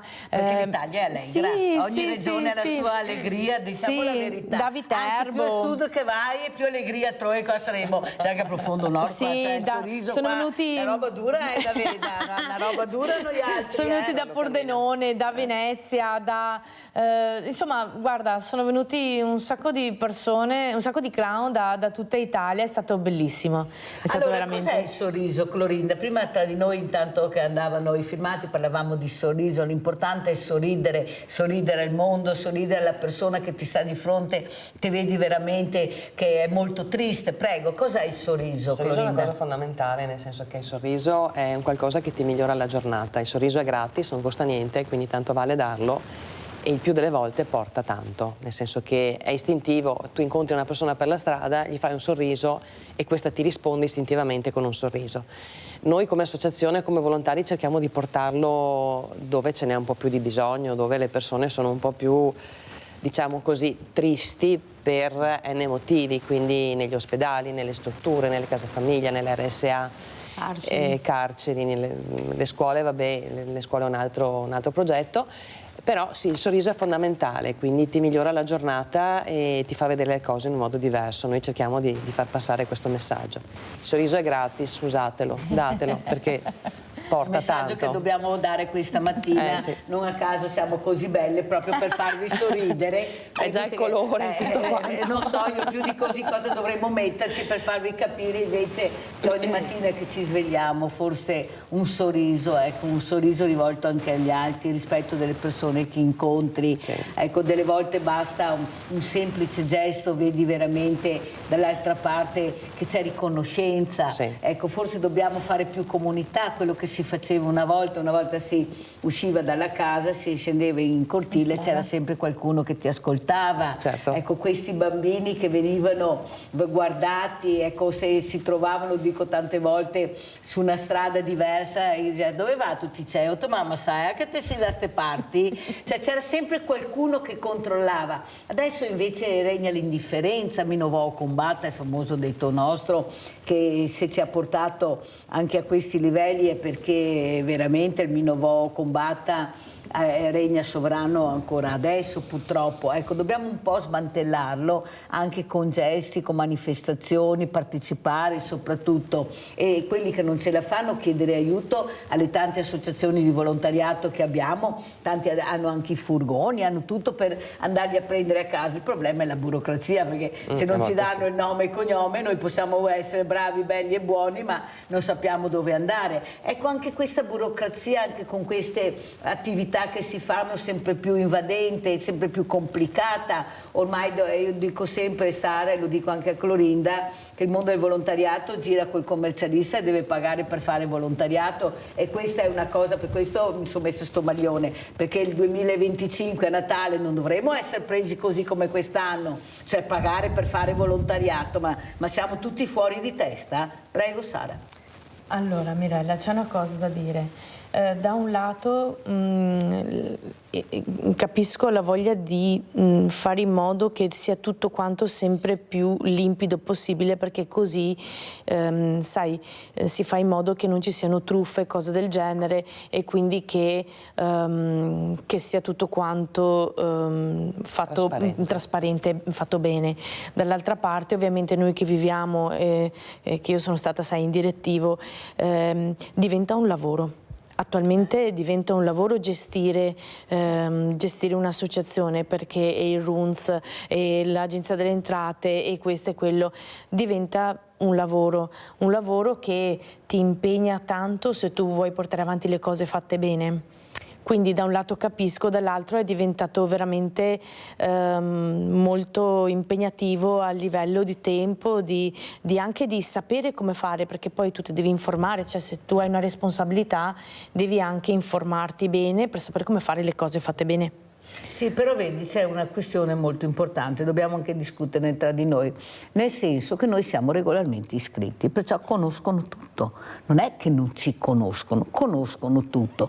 Allora non vedo perché dobbiamo, e lo dico anche a voi così sapete come funziona, mandare le stesse cose 20 volte su un anno, per non dire anche 30. Le stesse identiche cose noi dobbiamo continuare. E quello che mi preoccupa, Sara e Clorinda, è che non tutti riescono a stare a galla come associazioni per fare questo, perché non sono preparati, non hanno la forza. Il mondo del volontariato si regge sui diversamente giovani, non abbiamo giovani nel mondo del volontariato. Io ho tutte le associazioni che vengono, compresi gli alpini, e tutti sono in cerca di giovani. Allora c'è qualcosa che stride, ma come? I giovani li abbiamo, sono nelle scuole, andiamo nelle scuole, però non siamo noi che dobbiamo solo andare nelle scuole, sono anche loro che devono venire a trovarci e vedere chi siamo, cosa facciamo, diventare un po' loro i protagonisti. Cosa dici, Clorinda? Sì, sicuramente sì.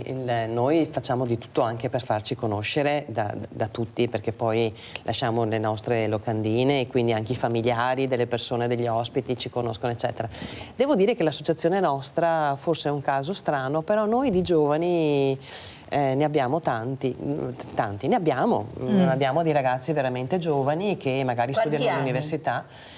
Età universitaria. Il più piccolo ha 23 anni. Sì. Ma grosso modo l'età cos'è, dai 25 in su? Sì, dai 23. Sì. Capite che invece dobbiamo rivolgerci anche a quelle fragilità che sono questi bambini. Io sono dell'idea che diamo molto dal primo anno ai 10 anni. Li riempiamo di tutto e di più. Dai 10 anni ai 16 anni, anche 18, cominciamo a perdere la prevenzione, cioè quello di ascoltare, di vedere quello che hanno bisogno, di accompagnarli in questo percorso difficilissimo, perché è quello il percorso più difficile. È là che questo bambino sta diventando ragazzo che crede di avere il mondo in mano, di spaccare il mondo. Vi ricordate i 18 anni che non arrivavano mai, questi 18 anni che non arrivavano mai, perché a 18 anni ti sentivi libero. E questo invece deve essere fatto con calma, devi avere rispetto del tuo corpo, devi conoscerlo, devi sapere quali sono le problematiche che ha tuo figlio, guardare negli occhi questi ragazzi, perché non lo fanno, pochi genitori lo fanno. Io dico sempre a quel ragazzo che mi ha detto Ma sai Mirella, mai una volta che mia mamma quando esco di casa mi dia un abbraccio, la prima cosa, hai fatto il letto, lo zaino è a posto, e dai, e tutte le mai. Cioè questo ragazzo ha bisogno anche di affetto, ha bisogno di un abbraccio. Lui vede che il genitore è di fretta, che è impegnato, che è preoccupato, però anche lui ha bisogno di ascolto. Cosa dici Sara? L'ascolto che poi voi vedete invece quando arriva la malattia, questa malattia che ti piega, che ti fa ascoltare, perché devi fare i conti con te stesso. Prego Sara. Là va in campo la pazienza. Più che altro secondo me, sai cosa Mirella, il punto è questo, che siamo in una società che ci vuole tutti di corsa. Pensiamo a una famiglia media standard anche qui della zona. I genitori hanno che ne so, un mutuo, quindi entrambi lavorano, hanno dei figli, lavorano tutto il giorno, devono trovare il modo di dare un posto dove mettere questi figli, e nel frattempo i nonni lavorano perché adesso l'età della pensione è aumentata, e quindi tante volte io vedo anche le mie amiche si trovano che lavorano tutto il giorno, papà e mamma, i genitori si smazzano tra andare a prendere i figli o portarli di là, e i suoceri piuttosto che i genitori, magari qualcuno è in pensione, qualcuno no, e per pagare i debiti comunque tu non puoi mollare il lavoro, e quindi tante volte quello che manca è il mettersi lì a tavola tranquilli e parlare in famiglia. Perché appunto... Ma c'è ancora la tavola, perché se vedo questi ragazzi, cioè il pranzo non esiste, la cena non si riesce a capire come si fa. Siamo di corsa, siamo sempre di corsa, e si è un po' persa la pazienza poi, perché tu fai magari 8 ore al lavoro, arrivi a casa, cucina, pulisci, e alla fine della giornata sei talmente stanco, secondo me, o stanca, indipendentemente da papà o mamma, che delle volte ti manca anche... Cioè io l'altro giorno ho sentito... il mio testimone di nozze, no? E mi fa, sai che l'altra sera ho messo a letto il bambino, e mi fa, papà mi leggi una favola a 4 anni? E stavo leggendo la favola, a un certo punto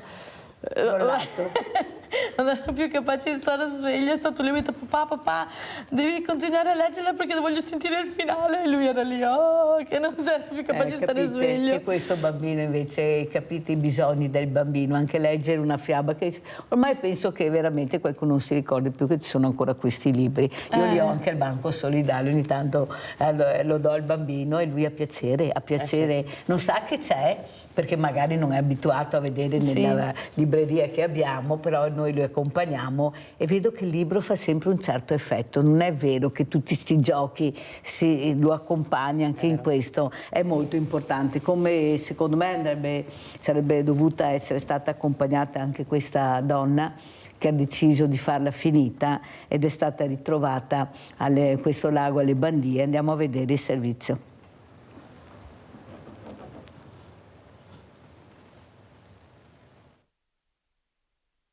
La speranza c'è stata fino all'ultimo, poi dopo quando sono arrivate le attrezzature più sofisticate si era visto qualcosa nel pomeriggio, poi un sommozzatore è sceso e abbiamo avuto la conferma. Dopo 3 giorni di ricerche spasmodiche e meticolose, il lago delle Bandie a Spresiano ha restituito il corpo della donna veneziana di cui si erano perse le tracce da giovedì sera. La 61enne di Santa Maria di Sala era all'interno dell'abitacolo della Fiat 500 con cui volontariamente si è immersa nelle acque gelide dello Specchio Lacustre, un'ex cava dismessa diventata attrazione turistica.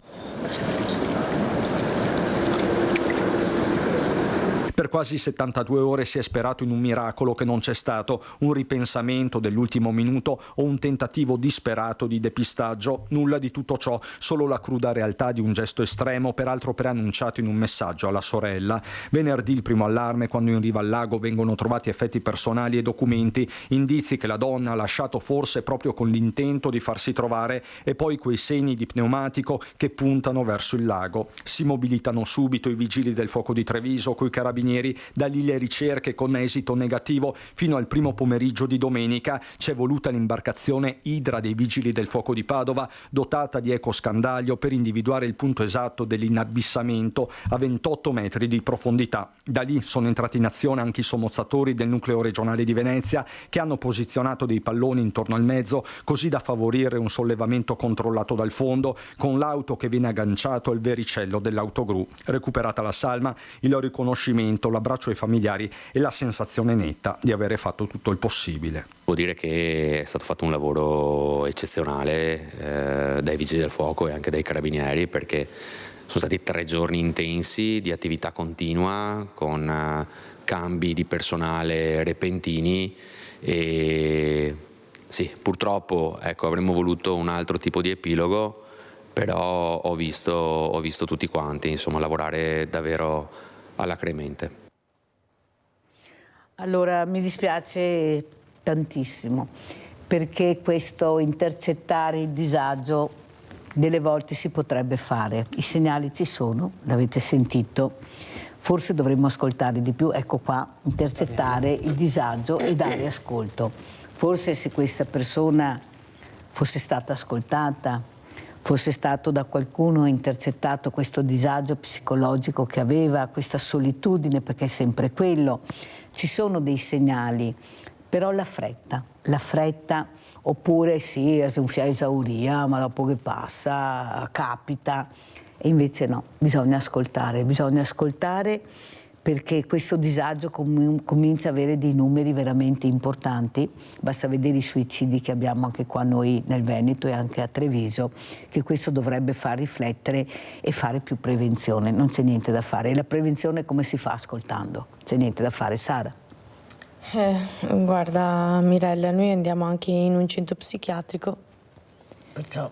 E ci sono ragazzi giovani, quindi diciamo che secondo me l'ascolto fa sì che una persona possa tirare fuori i mostri che ci sono dentro. Il problema è che molte volte non si ha il coraggio di dire che si ha bisogno di aiuto, no? Però sempre più, secondo me, il fatto di poter tirar fuori questi mostri anche con amici o con i genitori o con una persona che sia del mestiere fa sì che queste cose magari possano anche in qualche maniera essere evitate, perché poi è questo il problema è che secondo me chi resta, in questo caso la sorella, purtroppo poi non vivi bene con l'idea di non aver dato importanza a questo messaggio, che magari non so adesso cosa ci sia stato scritto, però sai, se una persona arriva a un gesto del genere molto probabilmente aveva dentro questo mostro che non riusciva a tirare fuori, e quindi il fatto di poterlo tirar fuori aiuta anche te stesso a sentirti meglio. E quindi bisogna sempre cercare di non tenersi dentro le cose che ci fanno male. Clorinda? Ma è difficile perché secondo me manca anche molta competenza e consapevolezza nel saper ascoltare. Certe volte i segnali vengono dati ma vengono ignorati perché uno non riesce a capire che quello è un tipo di segnale che può portare. Quindi sì, è vero, noi non abbiamo la bacchetta magica, ascoltiamo, però anche noi siamo formati per fare questa cosa, che non è che ci improvvisiamo domani mattina andiamo a fare il clown, non funziona così. Ci sono dei corsi, c'è una formazione continua, eccetera. Però per riconoscere determinati segnali bisogna essere competenti. Cioè, ho avuto una mamma che aveva un grosso problema di demenza. Io ancora oggi mi do la colpa di non aver riconosciuto i segnali che quella era una demenza. E così sono tante cose, sono i segnali che ha lanciato questa donna e probabilmente chi aveva a fianco magari non ha capito che potevano essere segnali pericolosi, quindi bisogna sapere ascoltare, però bisogna saper dire, ma bisogna anche sapere ascoltare con la competenza di capire effettivamente quali sono le problematiche. Però ci sono delle parole, Clorinda e anche Sara, che fanno paura. Prima, ad esempio, una parola che si faceva molta paura era il tumore, specialmente la parola cancro. Dopo, grazie anche a queste donne ammalate, che si sono rimboccate le maniche, hanno creato le associazioni, sono messi in prima linea nonostante questo male terribile, e noi riusciamo, ecco, a convivere e a usare la parola tumore, la parola cancro. Una volta era tabù. Adesso un'altra parola che fa molto paura, che continua e se ne parla pochissimo, è psichiatra, psichiatria. Allora, psicologo sì, quello sì, ma non parliamo di psichiatria e di psichiatra, lo dicono gli addetti ai lavori, perché fa molta paura. Ecco, c'è ancora questa paura che regna all'interno, ecco, anche noi abbiamo i nostri mostri, che sono le parole. La paura di dire quella parola perché vuol dire che tu hai un problema grave e non lo vuoi accettare. Perché questo, non vuoi accettare che tuo figlio, tua figlia, tua sorella, un tuo parente abbia questo problema. E come dice giustamente Clorinda, ci vogliono gli addetti ai lavori. E non può essere un psicologo, perché se ci vuole il psichiatra, che è un'altra cosa, o psicoterapeuta, che è ancora un'altra cosa, sono cose diverse. Perché facciamo così fatica ad accettare? Perché non siamo preparati. È là il problema. Io ho avuto un atanologo, non sapevo neanche cos'era, che è una persona che parla di morte ai bambini, che fa crescere i bambini conoscendo questa parola, cos'è la morte, e lo spiega. Capite che quel bambino, se cresce anche usando certe parole, ha rispetto anche per la parola e capisce cosa vuol dire. Prego, Sara. È un tema importante questo, Mirella, perché come dici tu, tante volte quelle parole lì hanno un peso perché non vivi bene tu. Però è anche vero che se io faccio in modo che una popolazione intera sappia, ti faccio un esempio, la parola, io parlo di solito, vedo col discorso autismo perché ho una nipote autistica, no? L'autismo tante volte viene visto come una cosa che non devo restare distante, eccetera. In realtà, quando le persone attorno a te sanno cosa significa quella cosa, tutto diventa diverso, perché tu sai come ti puoi comportare e cosa devi fare per quella persona lì. Ma allora lì entra in gioco l'empatia tra di noi, che secondo me un po' manca. Cioè il fatto che se io so che quella persona ha questo tipo di problema, passami il termine problema, ma io so come stare con questa persona perché in qualche maniera qualcuno me l'ha fatto capire, anche per noi, per dirti che andiamo in psichiatria, cioè che non in psichiatria, andiamo in centro psichiatrico, avere fatto il corso ci dà la possibilità, noi non trattiamo, cioè non siamo psicologi, però mi dà la possibilità di stare a contatto loro e di fare quell'ora insieme, che fa la differenza. Perché prima di fare questo percorso qui io non ero mai entrata in contatto con questo tipo di persone. E cosa hai notato? Cos'è che ti ha colpito di più, Sara? Mi ha colpito l'età. Mi ha colpito l'età perché ci sono vari tipi di età, però diciamo che quello che fa un po' più male è il fatto di vedere magari dei ragazzi molto giovani. E parlando appunto con la responsabile mi diceva che sostanzialmente era molto difficile che una volta ci fossero ragazzi così giovani. Entravi in quello, cioè il meccanismo aveva questo, passami il termine, rottura nel momento in cui si cresceva, si avevano responsabilità, lavoro, bla bla bla, bla, e quindi quando eri già adulto e avevi sulle spalle dei macigni. Mentre adesso anche dei ragazzi giovani si trovano in centri così, quindi significa che le cose sono cambiate. Avete capito? Soprattutto c'erano queste famiglie allargate, una volta c'erano tanti fratelli, tante sorelle, c'era il pranzo, c'erano i genitori, no? Quella era l'ora del pranzo e della cena, non si sgarava. Ecco, forse adesso hanno tanto, nel senso che di più di così penso che un ragazzo non possa avere, perché grazie alla tecnologia ha fatto passi da gigante, però è questa solitudine che avete sentito. Vi ricordate quella ragazza che è stata investita di notte perché ha lasciato il suo ragazzo ed è tornata a casa a piedi, che era sui social, però lei aveva chiamato il suo papà che andasse a prenderla. Vi ricordate? Non ha chiamato, non è andata nei social a chiamare tutti gli amici che aveva, perché in quel momento lei era sola. E chi era la persona che lei voleva al suo fianco in questo momento? Era suo padre, perciò la famiglia. Io ho fatto un sondaggio con i ragazzi che ho avuto degli istituti qui a Sveglia Veneti e ho chiesto le 3 cose più importanti per loro, anche tra ragazzi che non si conoscevano tra di loro. E indovinate cosa è stato messo al primo posto?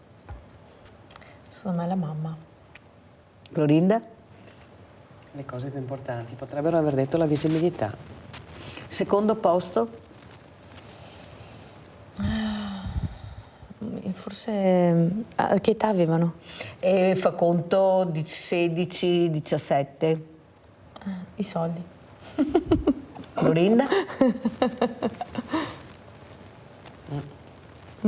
Soldi, sì. Terzo? Forse gli amici. Gli amici, sì. O lo sport, dipende se maschio o femmine di solito. Però abbiamo un'età diversa noi, quindi non siamo su quel target. Non so se abbiamo azzeccato. Con le scuole sì. No, ok, però noi due abbiamo un'età diversa rispetto a loro, quindi magari non abbiamo... Comunque, primo posto la famiglia. No, vabbè, dai. Secondo posto la scuola. Buono comunque. Hai capito? Bravi. Terzo posto l'amicizia. Ecco. Bene. Meglio di così? No, veramente. Sono buoni comunque. Infatti i miei ospiti erano allibiti perché non pensavano queste risposte, pensavano cose tipo come avete detto voi, soldi, ecco, questi mezzi di comunicazione.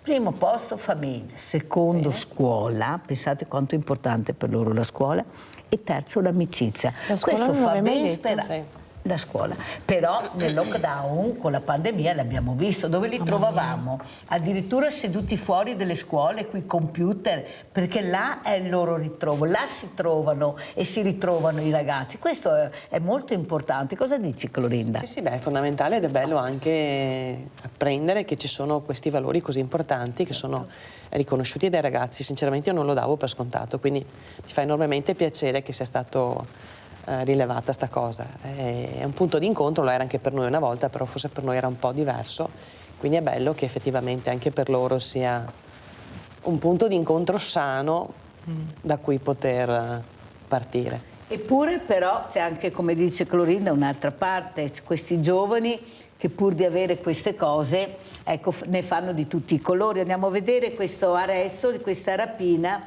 dai fondi ai carabinieri. Andiamo a vedere.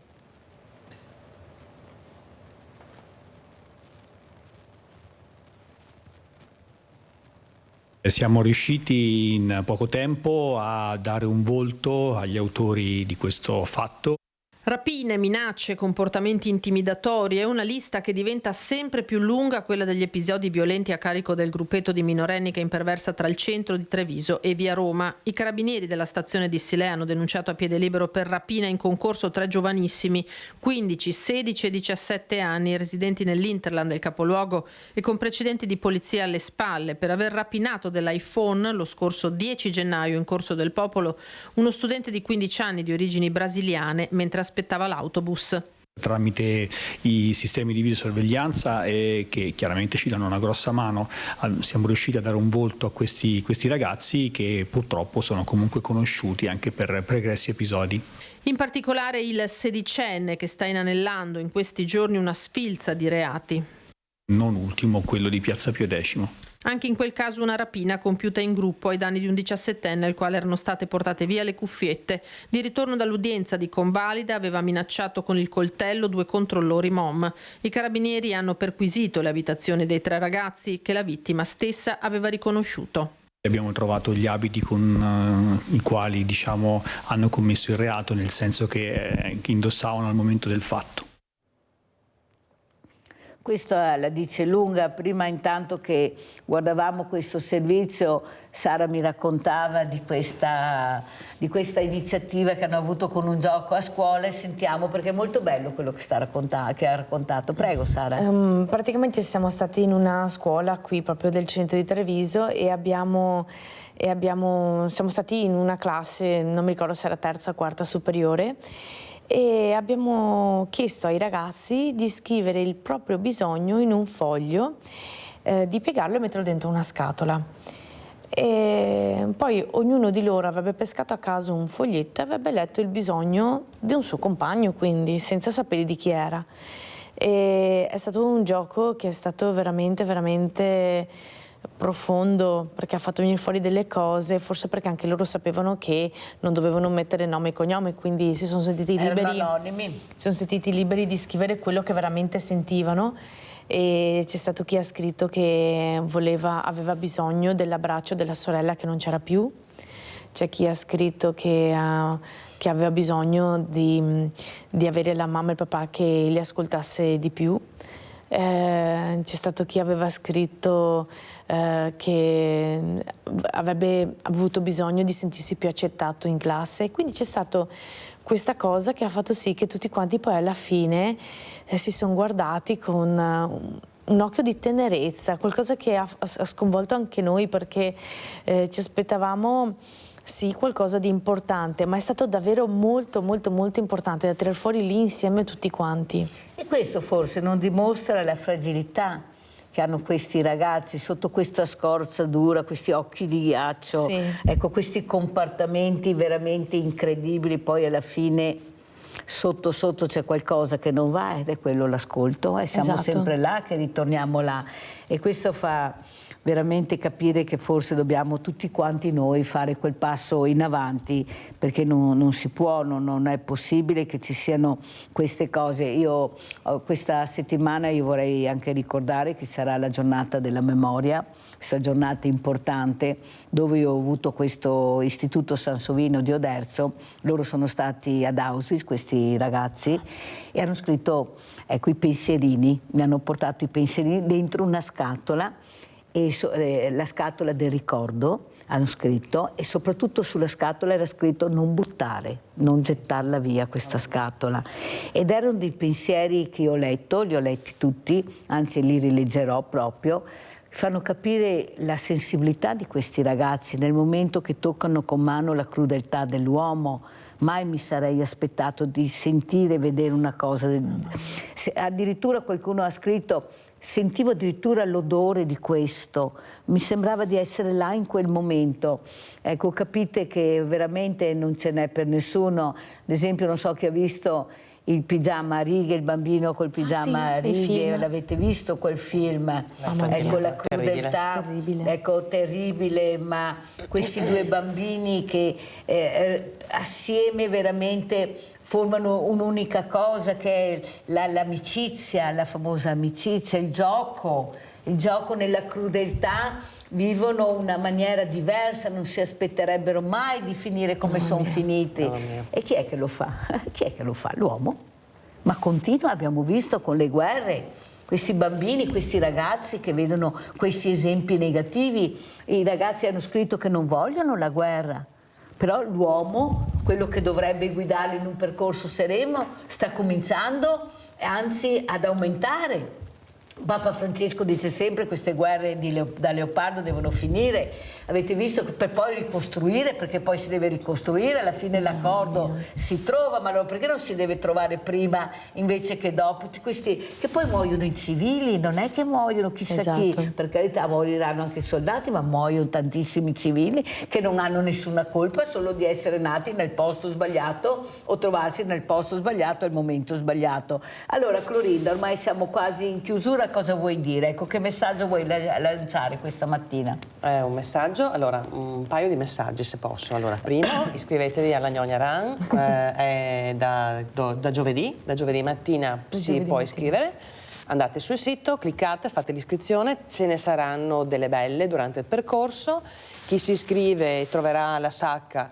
Potrebbe esserci, non spoileriamo niente, ma magari ci potrebbe essere un oggetto unico, diciamo così, qualcosa di interessante. Vi seguiteci. sorprenderemo. Esatto, seguiteci nei social, seguiteci su Instagram, seguiteci su Facebook, Gnognaran, e quindi sarete aggiornati abbastanza in tempo reale su tutte le novità. Poi ragazzi, i sorrisi non costano niente. Regalate sorrisi, fate felice le persone. Adesso regaliamo il sorriso a Paola. Ciao Paola, prego. Buongiorno Mirella, mi scusi, sente la mia voce? Sì.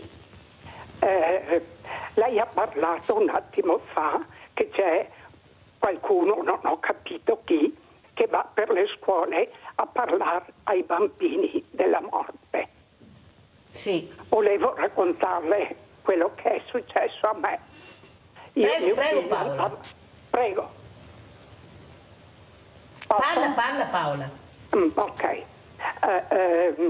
Mio figlio è andato all'asilo, alla scuola materna, in una scuola religiosa. E lì, sotto il periodo dei santi e dei morti, hanno cominciato a parlare. Mio figlio è stato traumatizzato. Non so in che modo è stato parlato. Comunque ha avuto un'esperienza, veniva a casa e parlava solo dei morti, della morte, della morte e della morte. Gli è morta la cagnolina, non le dico cosa ha fatto. È morto un suo amico di 10-11 anni, non le dico cosa ha fatto. Le dico solo una cosa. Oggi come oggi, a quasi 50 anni, ha ancora quella paura ed è finito abbastanza male, insomma. Bisogna stare molto attenti a come si usano le parole con i bambini piccoli. Questo solo volevo dire. Hai fatto benissimo Paola, e non a caso anche prima sia Sara che Clorinda hanno detto che ci vogliono le persone giuste, la competenza per parlare. Non a caso questa è una persona molto competente, perché i bambini sono fragili e non è che si possa parlare di vita o di morte così facilmente, ma bisogna sapere come parlare, dove parlare e con chi parlare, ma soprattutto essere molto competenti, perché sono parole molto delicate e questa delicatezza la devono avere le persone competenti. Io non so Paola, mi dispiace tantissimo per tuo figlio, perché non è perché è un ambiente religioso che si possa parlare tranquillamente di questa parola, ma ci vogliono delle persone competenti, ecco, come la storia della sessuologa che non c'è più nelle scuole, invece io l'ho avuta ospite, sarebbe fondamentale, perché lei ha detto a 14 anni credono di saper tutto e non sanno niente, invece il rispetto del corpo è una cosa fondamentale, il rispetto della persona e del corpo, conoscere cosa vuol dire il rispetto del tuo corpo e del corpo dell'altra persona. Sono tante cose che si potrebbero fare, perché abbiamo anche gli strumenti per farlo, però la paura di toccare temi delicati, e questo è il grande problema, sempre questa paura vai a dire tu ai genitori, e i genitori che non parlano di sesso in casa assolutamente, pochissime, e stiamo parlando anche di genitori giovani, però devi metterti in gioco, devi spiegare, e non è mica facile. E perché non è facile? Perché non vuoi capire, non vuoi parlare, non vuoi conoscere, non vuoi imparare, perché ci sono dei luoghi dove tu puoi anche imparare, genitore, ma come dice Sara, devo lavorare, però per andare in vacanza o fare si trova sempre, come anche in vacanza, io ve l'ho detto, questi bambini che giocano da soli, oppure i genitori che fanno i castelli, i maschi, e i bambini sono nell'acqua perché non fanno il castello col papà, e il papà che gioca a fare il castello. Cioè capite che non ci siamo proprio, non tutti, perché ce ne sono di veramente bravi, ci mancherebbe, però abbiamo anche questi genitori qui, e poi ci ritroviamo i ragazzini alla notte fuori, alle 5 del mattino, alle 4 del mattino, e non è né sabato né domenica, cioè delle regole ci vogliono, non c'è niente da fare, bisogna mettere delle regole. Come ci saluti Sara? Cosa vuoi dire Sara Simeonato? Che messaggio vuoi lasciare? Abbiamo sentito Clorinda Trentin, adesso sentiamo il tuo. Intanto volevo ringraziare te Mirella per averci dato la possibilità di essere qui, volevo salutare tutte le persone che ci sostengono in qualsiasi modo possibile parte e volevo, come ha detto anche Clorinda, invitarvi alla Gnogna Run e dire che, mi hai detto di dirlo, e dire che il mondo è uno specchio, quindi se tu gli sorridi il mondo sorriderà a te. Quindi... A proposito dello specchio, adesso vi racconto che è bella, forse l'ho anche già raccontata. Io ho un amico che sembra di essere il più ricco del mondo, pensa lui, e mi prende sempre in giro e mette lo specchio e dice: sai Mirella, allora metto i soldi davanti allo specchio e dico: quelli che si specchiano li do tutti in beneficenza e gli altri me li tengo io, dimmi che non faccio beneficenza. Cioè, capite? È lo specchio della vita, lo specchio dell'uomo. Per certe persone cosa vuol dire beneficenza? Quella specchiata, la vedi, te la faccio vedere, ma non la faccio. Grazie a queste grandissime ospiti e pubblicità.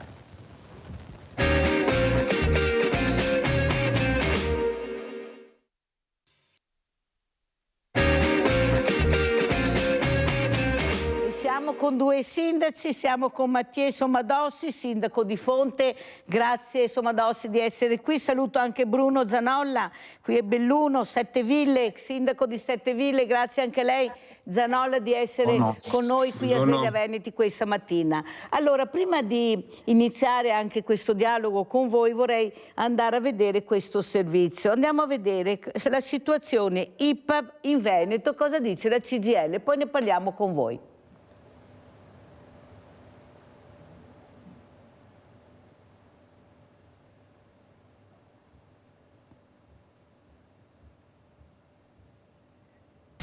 Nel 2025 come funzione pubblica CGIL auspichiamo un importante intervento che sia esso sia di ammodernamento delle strutture ma anche di chiusura sia di quello che sarà poi la discussione del contratto collettivo nazionale ma soprattutto di quello che saranno i contratti decentrati che ancora in alcune strutture mancano e mancano quei riconoscimenti che sono dettati da progressioni orizzontali, quindi nuovi differenziali stipendiali ma anche di produttività. La situazione nelle IPAB non è rosea. Nel 2025 bisogna cambiare passo, dicono dalla CGIL. Queste carenze del contratto fanno sì che i lavoratori abbandonino sempre di più le strutture. Un continuo turnover che va a ledere quella che è secondo noi anche una qualità assistenziale che oggi sempre più è necessaria visto la tipologia di ospiti che arrivano e che entrano appunto e che i nostri operatori hanno da assistere all'interno delle strutture.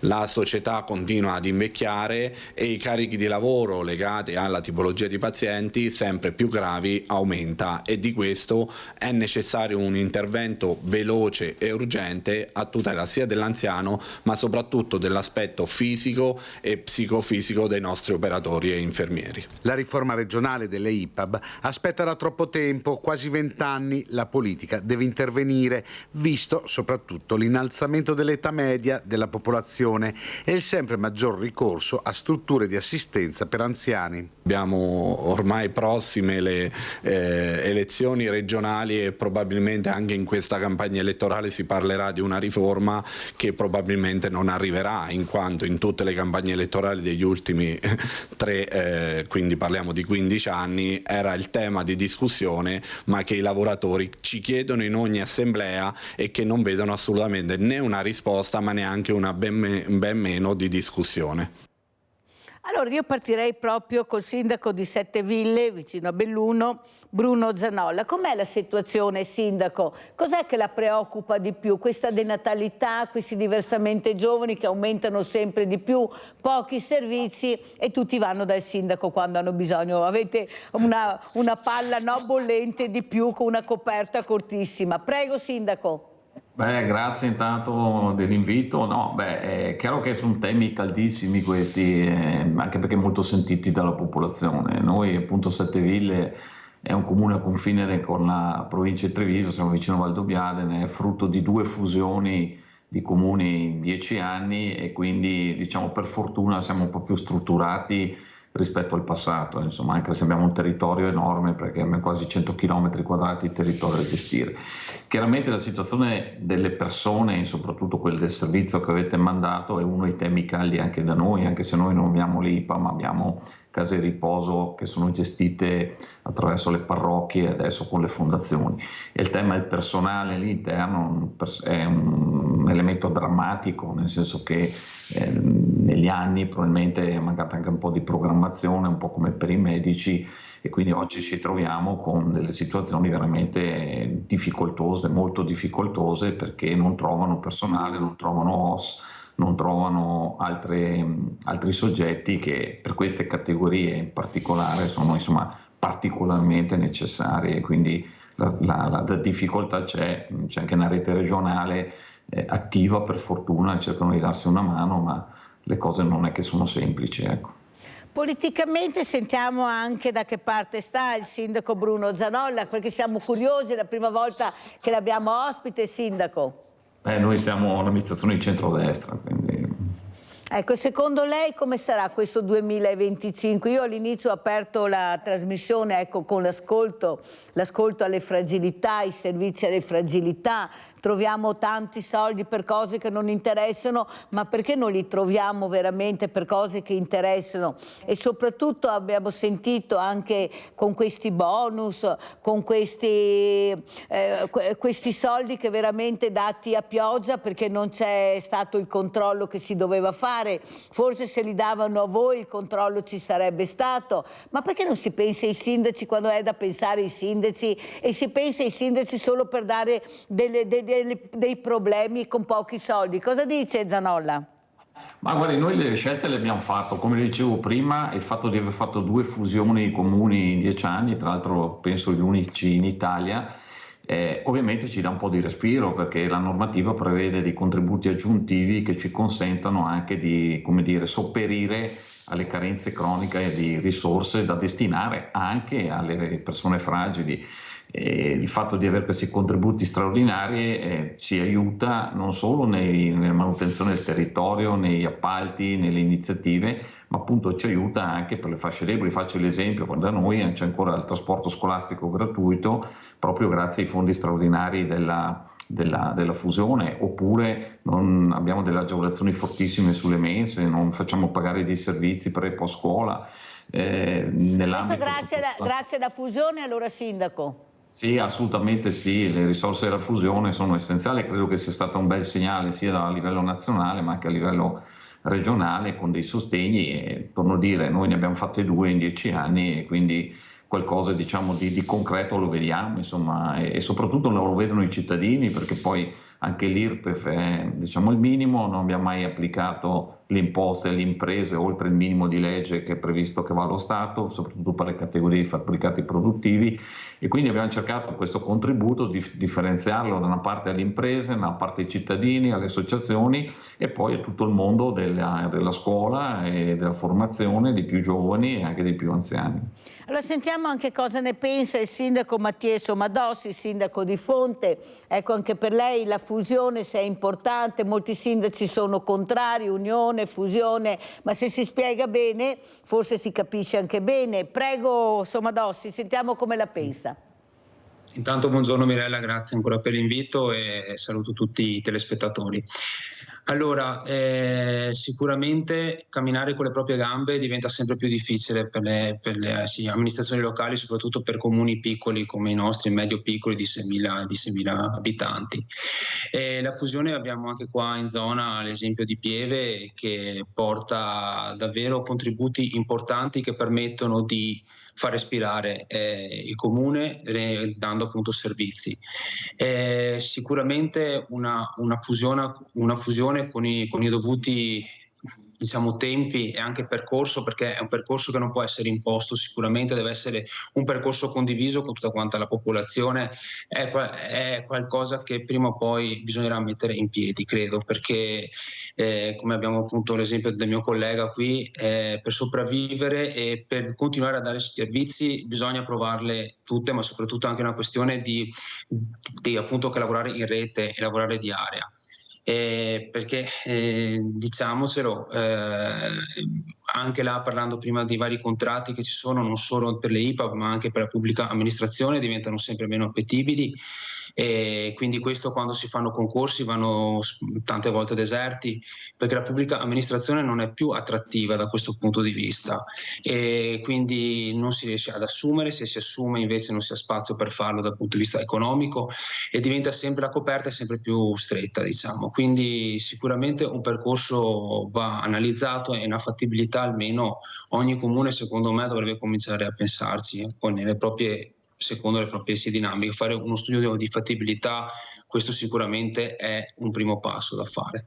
Senta, Sindaco, lei ha un gruppo, una lista civica. Quanto è importante capire i bisogni dei cittadini, le persone che vi votano, le persone che credono in questo voto, che vi danno fiducia, e se seminate bene, ecco, venite rieletti. E come vede la situazione, tocca a me, tocca a you, tocca a noi altri, che viviamo in questi giorni, invece veramente di dare risposte, perché io sono molto preoccupata per il lavoro, per la povertà, per i giovani, per i diversamente giovani. Ecco, mi sembra che non si facciano tanti passi in avanti per dare ascolto a queste persone. Ecco, voi siete gli unici nel territorio dove ci si può appoggiare, dove hai un minimo di ascolto. Cosa dice Somadossi? Poi sentiamo anche Zanolla. Diciamo che su temi caldi parte spesso la caccia alle streghe, nel senso che tocca, come dicevi te Mirella, che tocca a me, tocca a te. La questione è: noi come presidio sul territorio dobbiamo ascoltare e dobbiamo farci carico di quello che i cittadini ci dicono. Lo dico sempre alla mia squadra, a tutta la gente che mi è vicino: ascoltiamo le persone, perché sono loro i veri recettori di quello che sta succedendo sul territorio. Non possiamo essere dappertutto, non possiamo essere onniscienti, quindi quello che il cittadino ci dice, ovviamente filtrato, nel senso che non è che ogni questione può essere posta in priorità, però sicuramente quando più cittadini lamentano la stessa cosa, non penso che sia una questione inventata, è qualcosa che veramente li tocca in questo preciso momento. Come sindaci quello che dobbiamo fare è, nei tavoli dove conta e dove bisogna esserci, portare la voce di chi ci ha votato sicuramente, e guardare anche oltre e buttare il cuore oltre anche l'ostacolo. Non si può sempre rincorrere, anche se gli strumenti che abbiamo noi sindaci è rincorrere la situazione, la denatalità. Non è che possiamo dare veramente delle grosse sterzate, possiamo dare anche dei piccoli incentivi, possiamo aiutare la gente a fare certe riflessioni. Sicuramente abbiamo bisogno di chi è più in alto di noi, che metta in piedi certi tipi di politiche, perché qua noi, anche come si diceva prima, per le case di riposo, per le APAP, dobbiamo rincorrere uno stato attuale che è la denatalità, non possiamo virarla dal basso, però possiamo far sì che la gente questo lo percepisca come un problema vero e ci aiutino a spingere e a portare in alto, dove conta, un'inversione di marcia su questo tema sicuramente. Senta Somadossi, ma voi che vi avvicinate alla politica, perché le civiche magari molti è la prima volta che affrontano questi temi politici, che entrano nel vivo, cos'è che vi ha colpito di più, che ha sentito nella sua squadra di questi nuovi politici, diciamo?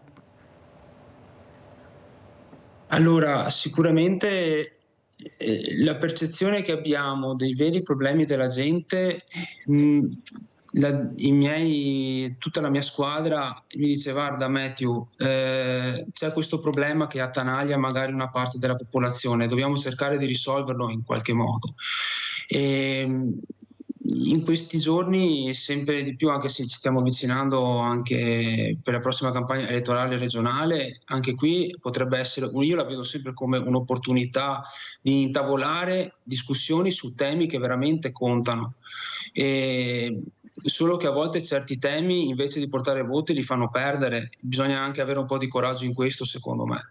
Quindi quando si parla di futuro bisogna puntare sul futuro, bisogna puntare sulle scuole, bisogna puntare sui servizi ai giovani, anche se remunerativamente parlando non conviene, però è un qualcosa che bisogna puntare. Cioè la politica dovrebbe osare di più sui temi scottanti, sui temi che riguardano veramente il nostro paese. Abbiamo Roberto da Salzano, poi andiamo da Bruno Zanolla, sindaco di Setteville. Prego Roberto. Pronto? Roberto? Non mi sente. Allora, Sindaco Zanolla, cosa dici in merito a quello che ha detto anche il suo collega Mattia Somadossi e a quello che ho detto io? Prego. Guardi, il tema da sottolineare è questo. Il posto fisso è uno dei temi principali che ormai non interessa più a nessuno. Noi facciamo concorsi tutti gli enti, come sottolineava anche il collega Di Fonte, e si fa fatica, la gente non partecipa, oppure quelle che partecipano poi non vengono ritenuti idonei perché nessuno studia, nessuno si prepara. Quindi c'è un dramma anche dal punto di vista dell'occupazione negli enti pubblici, con sempre più oneri e impegni amministrativi che vengono scaricati sui comuni senza le relative risorse, e questo è sicuramente uno dei temi. Chiaro, la campagna prossima regionale, ma un po' anche nazionale, io credo che, insomma, è tanti anni che faccio l'amministratore, perché sono quasi 30 nei nostri comuni qui, e ne ho viste un po' di tutti i colori. E secondo me noi in Italia abbiamo un dramma, che votiamo troppo spesso, quindi quando si vota troppo spesso la necessità, come dire, di raccontare ai cittadini quello che magari loro vogliono sentirsi dire, fa perdere di vista un po' gli obiettivi veri e la necessità vera, come diceva prima il collega. E quindi abbiamo sempre da rincorrere il consenso soprattutto, e delle scelte strategiche per il paese, per il territorio, come dire, richiedono spesso delle situazioni Lei che anche tanti anni che è in politica, Zanolla, è per il secondo, il terzo, il quarto mandato? Guarda, ho fatto il sindaco la prima volta nel 99, quindi vi lascio fare i conti, insomma. E quindi sono veramente, ho fatto 4-5 mandati, insomma, da sindaco, mi ha fatto fusioni, cose, quindi insomma ho anche la mia età, insomma, la mia maturità, ecco, però distinguerei, ecco, a me non piace essere chiamato politico perché noi siamo degli amministratori e c'è una sostanziale differenza, non so se conviene anche il collega, perché gli amministratori sono al fronte tutti i giorni e devono confrontarsi con i problemi quotidiani, e purtroppo non gli sono dati gli strumenti per affrontarli spesso, mentre il politico ha un ruolo diverso, insomma, no? Parlamento, anche regionale, si occupano di grandi temi, è giusto così, però insomma, ecco, a me piace essere chiamato amministratore perché lo siamo a tutti gli effetti, e a noi arrivano sul però tavolo. siete amministratori con le regole della politica, caro Zanolla, è inutile che ce la giriamo. Queste sono le regole della politica anche per voi amministratori di prima linea. Abbiamo Gianfranco Valeri, poi sentiamo Mattia Somadossi. Vai Gianfranco. Sì, buongiorno signora Mirella. Buongiorno. Io signora Mirella non potevo fare a meno di telefonare, in quanto ho visto praticamente... per me la fusione di comuni è un pallino da tanti anni, e praticamente era frutto di aver lavorato più di 40 anni nell'ente pubblico, e vedevo che i comuni piccoli soffrivano in continuazione e dovevano andare avanti. Però signora Mirella sono un po' avvilito, perché se non si interviene per legge a lasciare i cittadini, si immagini, io parlavo con le nuove generazioni, quelle che sono appena andate in comune, che fanno gli amministratori e non hanno nessuna esperienza politica, sono quasi tutti contrari, e così non va bene, perché con la decadenza dei partiti, che adesso sono tutti partiti personali, la gente non è più vicina a queste soluzioni. Ci vuole una soluzione, visto quello che ci dice il sindaco, che agevolazioni hanno avuto e danno più servizi ai cittadini. Ecco, si deve intervenire per legge. La Germania l'ha fatta subito dopo la guerra, mi sembra nel 48, cioè si devono fare queste cose se si vuole risparmiare, se no non si fa. Ecco, volevo solo questo. Buongiorno e grazie, buon lavoro. Grazie a te Gianfranco, sentiamo come risponde Mattia Somadossi, prego. A riguardo delle fusioni intende sì, allora come dicevo prima con i telespettatori, io sono fresco di nomina, sono da 7 mesi e ho fatto un po' di esperienza amministrativa come minoranza. Direi che se l'opportunità è buona bisogna guardarla, nel senso, noi siamo qui per il bene dei cittadini. E il bene dei cittadini lo si fa con i servizi, e purtroppo bisogna portarla sempre sul piano che del denaro, che dei finanziamenti. Quindi se quello è un modo di portarli a casa, bisogna valutare anche la fusione dei comuni, appunto, che sicuramente anche per ottimizzare i costi che ci sono. Diceva prima il collega amministratori, sì, anch'io mi ritengo un amministratore, perché dobbiamo portare avanti quello che e la legge ci dice di fare, non siamo un ente che appunto legifera, anche se con le nostre scelte effettivamente facciamo politica, perché questo è fuori discussione. E quindi siamo più spostati verso l'amministrativo con una leggera piega politica, questa sì. E quindi mi sento di dire questo, non è che perché sono nuovo amministratore dico di no alle fusioni, anzi è un'opportunità che va sicuramente che è valutata come ogni opera, insomma, che viene poi fatta in opere pubbliche, ma questa è più una questione proprio organizzativa che sta più in alto. E come mandati lei è favorevole, contrario, secondo, terzo, quarto mandato?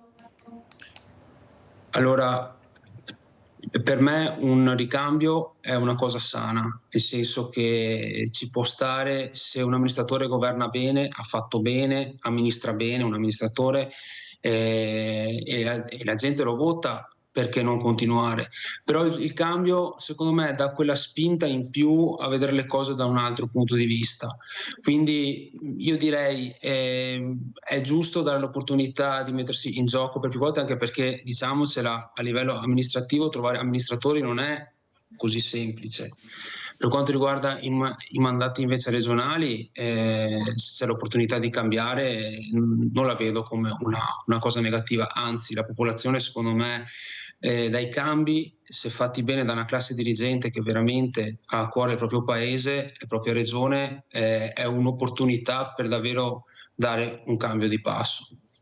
Mattia Somadossi, i giovani e la politica. Io ieri avevo il senatore De Carlo e si parlava appunto di questo 50% che non va a votare. Sono numeri che dovrebbero far riflettere, sono numeri che lasciano il segno alla politica, ecco, sono numeri che fanno capire quanto lontano sia proprio il popolo, io direi italiano, da quella che è la politica, che è troppo difficile da capire, che non si impegna per i beni del paese, per la comunità, pochi segnali, specialmente per le fragilità.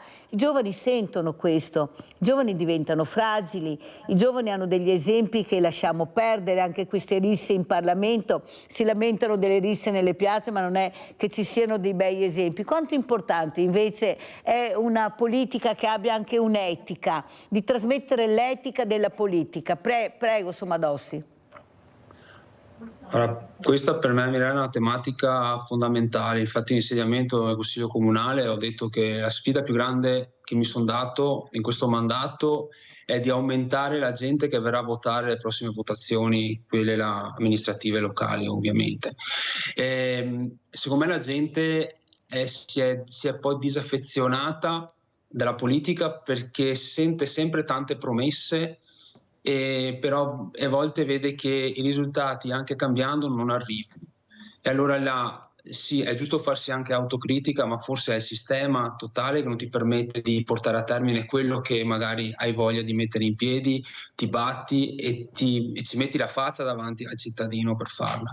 La gente secondo me si sta stufando di perdersi via in beghe, non ha voglia di sentire, perché davvero già lotta ogni giorno per arrivare a fine mese, per arrivare a poter portare a casa la pagnotta per i figli, per la famiglia, e non vuole perdersi in discussioni che veramente non toccano la vita delle persone.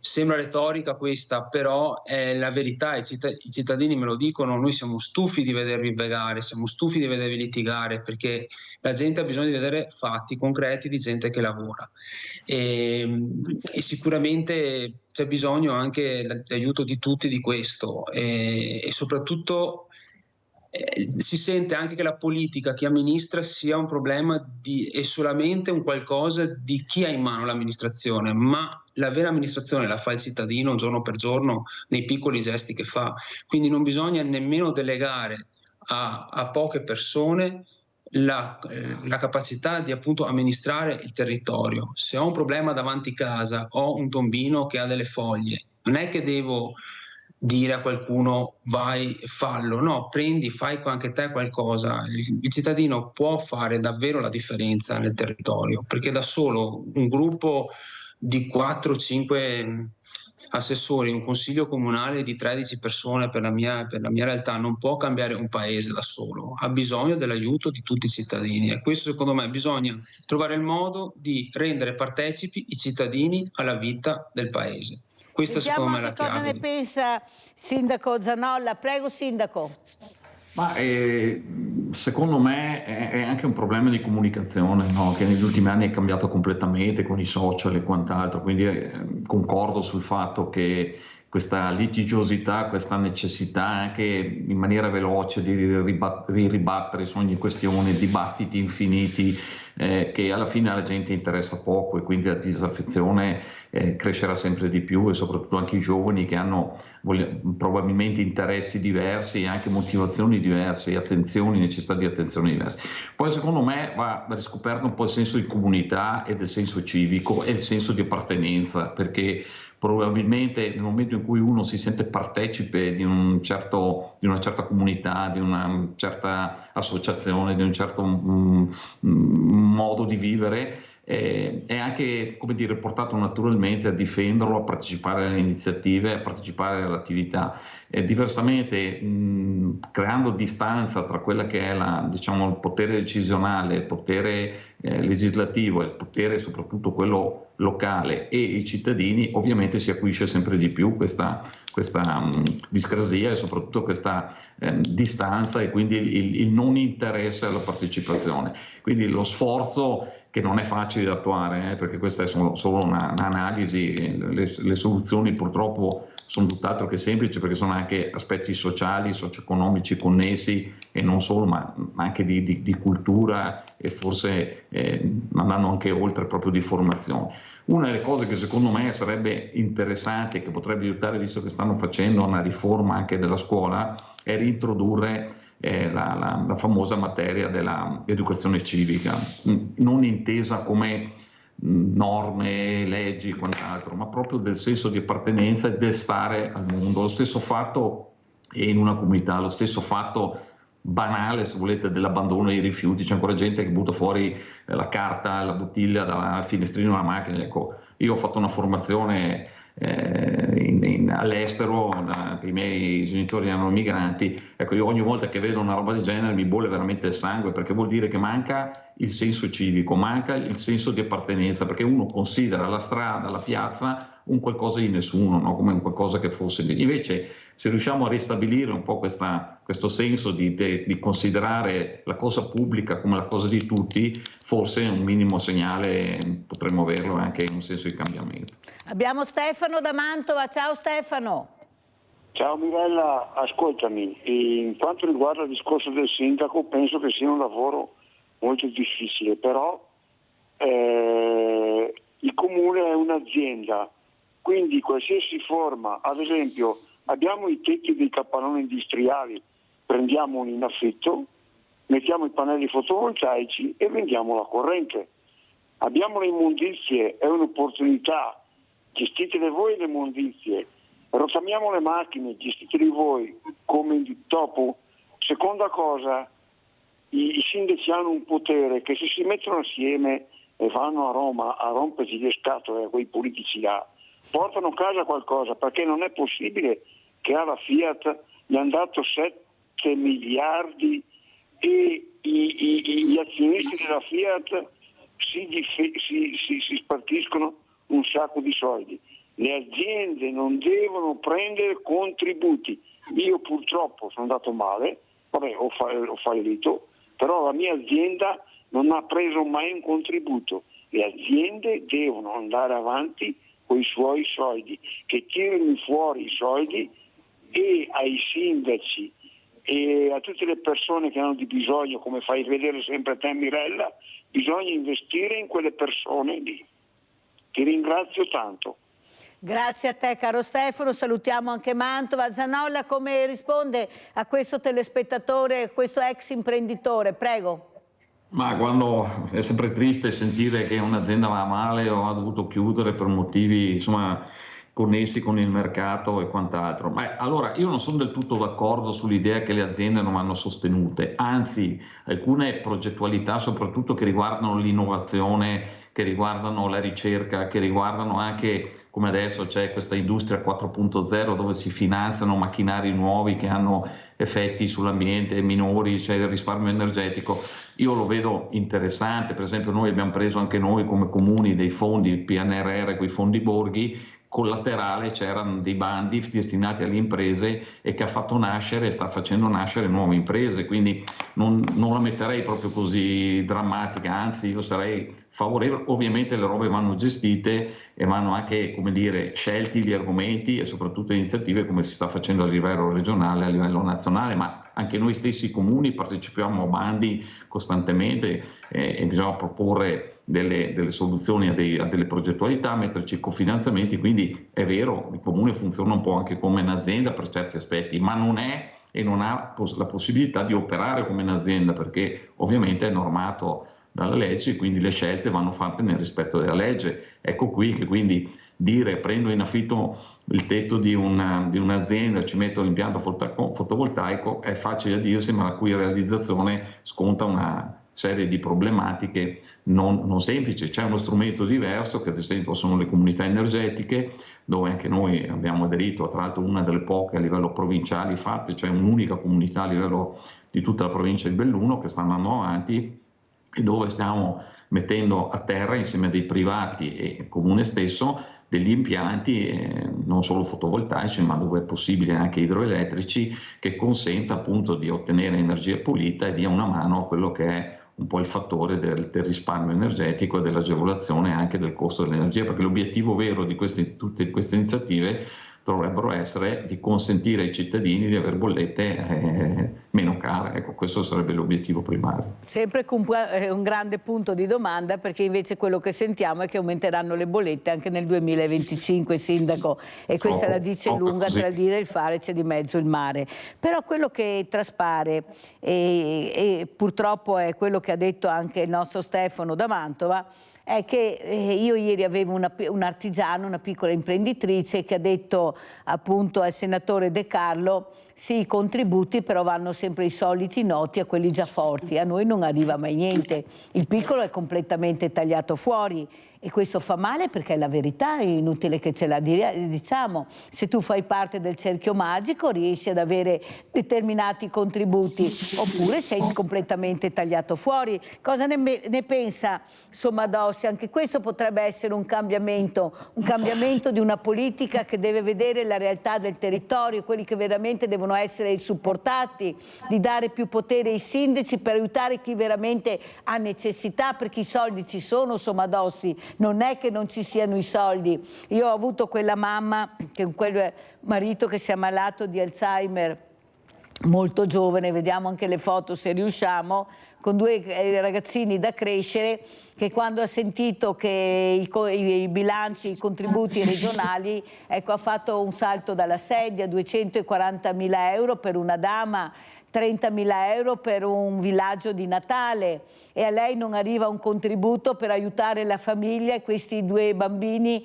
2 ragazzi a crescere, perché sono completamente isolati da quello che può essere il cerchio magico della politica. Ecco, cosa vuole dire a questa mamma che quando ha sentito i numeri è sobbalzata dalla sedia e aveva detto: ma è possibile, Mirella, si senta questo e per noi non arriva mai niente, e questa retta altissima che lei deve pagare nonostante 2 bambini che crescono? Prego, Sindaco, cosa vuol dire a questa mamma, a questa moglie, a questo uomo disperato che non sa, ecco, veramente di essere quello che è diventato purtroppo per questa malattia? Prego.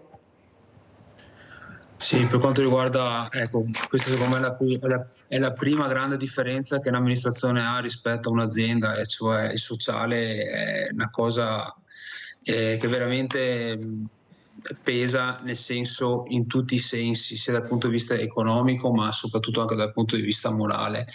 E come amministrazioni sappiamo, noi facciamo veramente tanto a livello di sociale, quasi un 20-25% del bilancio va per il sociale, è quella spesa nascosta che nessuno vede, però come si diceva prima la coperta è quella, quindi si riesce a fare, nel nostro piccolo si riesce a fare quello che un comune può fare con 2,5 milioni di entrate correnti, per esempio. Quello che invece a livello regionale o a livello nazionale, ovviamente i soldi vanno distribuiti in maniera dovrebbe essere più equa, ma che non è sempre così. Ci troviamo ad affrontare casi in cui abbiamo minori che non si sanno dove allocare e vengono tutti quanti dopo pesati sulle casse del comune, perché quando hai un minore di mezzo non c'è storia che tenga, devi trovare risorse, devi appunto trovargli un posto. È brutto anche trattarli proprio come, sembra quasi che vengono trattati come bisogna parcheggiare da qualche parte, non è così, perché vanno inseriti in certi progetti e i progetti costano davvero tanto. Un'emergenza abitativa, poi non parliamo di quelle, perché con i minori di mezzo, il collega sindaco lo sa, non ci sono né se né ma, e noi dobbiamo solo ancora una volta reagire in emergenza e cercare dopo di recuperare quei fondi da un'altra parte. Sono soldi che vanno ridistribuiti nel territorio. Per fortuna c'è una buona collaborazione con i sindaci dell'ULSS, dove vengono poi distribuite queste fette, ma ci sono ancora tante aree grigie dove bisogna lavorare su questo aspetto, perché in questo caso abbiamo a che fare con persone, non sono materie prime da acquistare come fa un'azienda, sono persone, un capitale umano che il nostro comune e tutti i nostri comuni hanno a che fare ogni giorno, ed è la cosa che forse mi preoccupa sempre di più, questa, perché si diceva prima, le aziende piccole e medie che fanno un lavoro sociale enorme, perché quando uno perde il lavoro dopo viene in comune e si crea un circolo che non si può risolvere così. Cioè, bisogna davvero incentivare il lavoro medio e piccolo che sia. Veniamo in un tessuto, e dopo concludo, della Pedemontana qua del Grappa, dove la stragrande maggioranza sono piccole imprese, dove loro, se si fa male qualcuno, non è che hanno i 20 giorni di malattia, vanno a lavorare anche col braccio rotto, perché devono continuare a lavorare, perché sono loro amministratori di se stessi. Quindi c'è un po' di disequilibrio su questo sicuramente, però noi veneti ho visto che troviamo sempre la soluzione, e quindi forse perché ci forse rimbocchiamo questo è le il problema. mani, che testa bassa e vai, questo è il nostro che abbiamo nel DNA, tanto è vero che l'ex Rico Nord-Est era qua da noi, è fatto da piccole e medie realtà e non da multinazionali, questa è la verità, ecco, e l'economia girava alla grande, poi è successo il finimondo. Allora sentiamo come ci saluta Bruno Zanolla, sindaco di Setteville. Sindaco, come ci saluta, che messaggio vuole lasciare questa mattina? Ma allora, intanto la natura mi ha dato una bella cosa che è l'ottimismo, e quindi lo voglio anche trasportare a voi, ringraziandovi ancora per l'invito, perché al di là delle difficoltà che tanti hanno, della situazione contingente, di che bisogna sempre avere speranza, guardare avanti. Ho messo un'immagine sullo schermo dietro che si vede, vi vediamo Bellissima. dall'alto le nostre montagne, quindi è tutto il Monte Grappa visto sul nostro fronte, e diciamo dà un po' anche l'idea, no, di quello che siamo e di dove siamo. Però ecco, io auguro veramente, e credo che insomma ce la metteremo tutta a livello amministrativo e non solo, per cercare di dare una mano ai cittadini, soprattutto quelli più in difficoltà. Però ecco, guardiamo avanti con speranza e con fiducia, perché poi è una logica, no? L'ordine porta ordine, disordine porta disordine, pulizia porta pulizia, sporco porta sporco, e quindi secondo me avere l'ottimismo anche nella difficoltà ti consente comunque di avere una prospettiva diversa. Grazie veramente al sindaco Bruno Zanolla, sindaco di Setteville. Sentiamo che messaggio vuole lasciare Mattia Somadossi, veloce. Somadossi, prego. Sarò rapido. Anch'io sono un ottimista, nel senso che dobbiamo essere consapevoli che ognuno di noi può fare qualcosa, e non è che lo dico, ma davvero lo dico a tutti i cittadini. Il paese in cui viviamo è nostro, è vostro, è di tutti, quindi vogliamogli bene, nel senso che prendiamoci cura del pezzo davanti a casa nostra, prendiamoci cura delle relazioni che abbiamo con gli altri. Se non abbiamo relazione, come diceva il mio collega prima, non andiamo da nessuna parte, perché i problemi non sono di altri, sono di tutti. Ovvio, c'è chi ha più capacità di gestirli di altri e chi ha la responsabilità di farlo, ma non deleghiamo tutto all'altro, perché se deleghiamo tutto nessuno farà nulla. Quindi il messaggio che voglio lasciare è e anche augurare un ottimo 2025, se siamo ormai a fine gennaio, però abbiamo speranza. Il Natale 2025 sia meglio, perché veramente il 2024 è stato un disastro. Prego, Somadossi.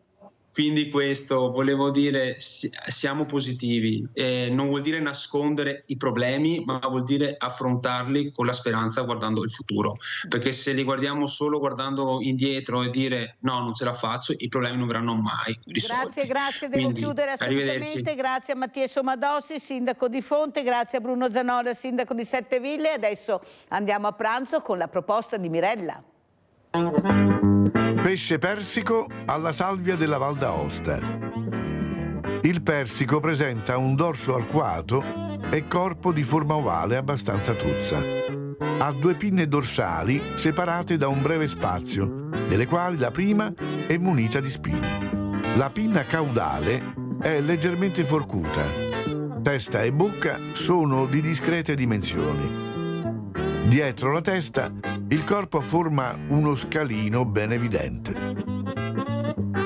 Ingredienti per 4 persone: 8 filetti di pesce persico, 8 foglie di salvia, 2 uova, una cipolla, farina, 5 cucchiai di olio extravergine d'oliva, 50 grammi di burro, pan grattato, 2 limoni, sale, pepe.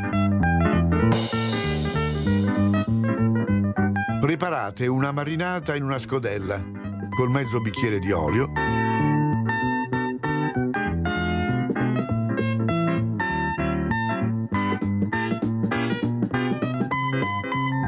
il succo di un limone,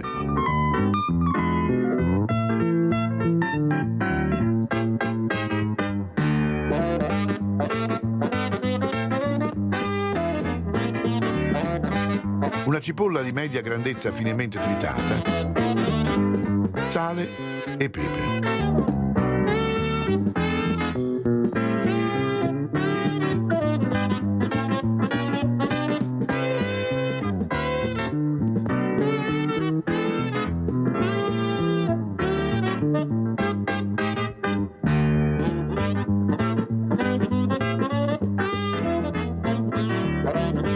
Immergete nella marinata i filetti di pesce persico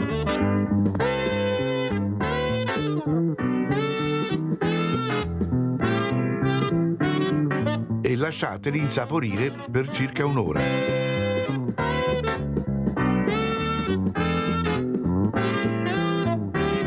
Estraete i filetti dalla marinata.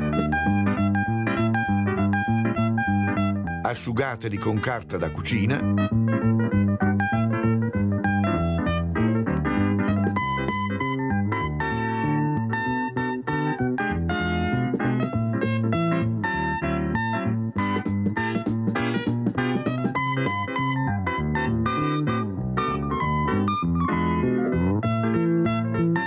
Sbattete le 2 uova con un pizzico di sale.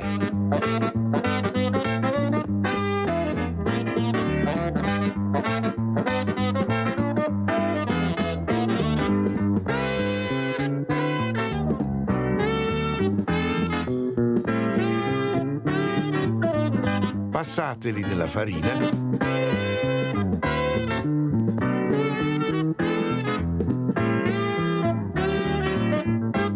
Nell'uovo .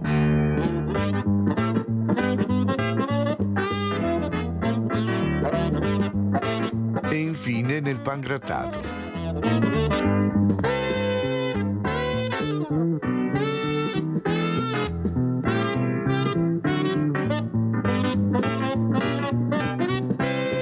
Friggete Mettete i filetti in una padella con metà del burro e l'olio.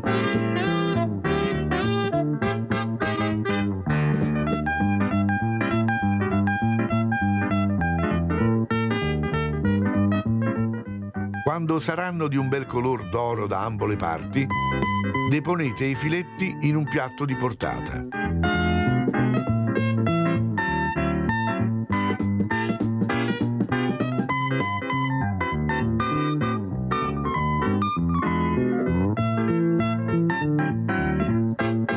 In una padella piccola fate sciogliere il burro rimasto, cui avrete aggiunto le foglie di salvia.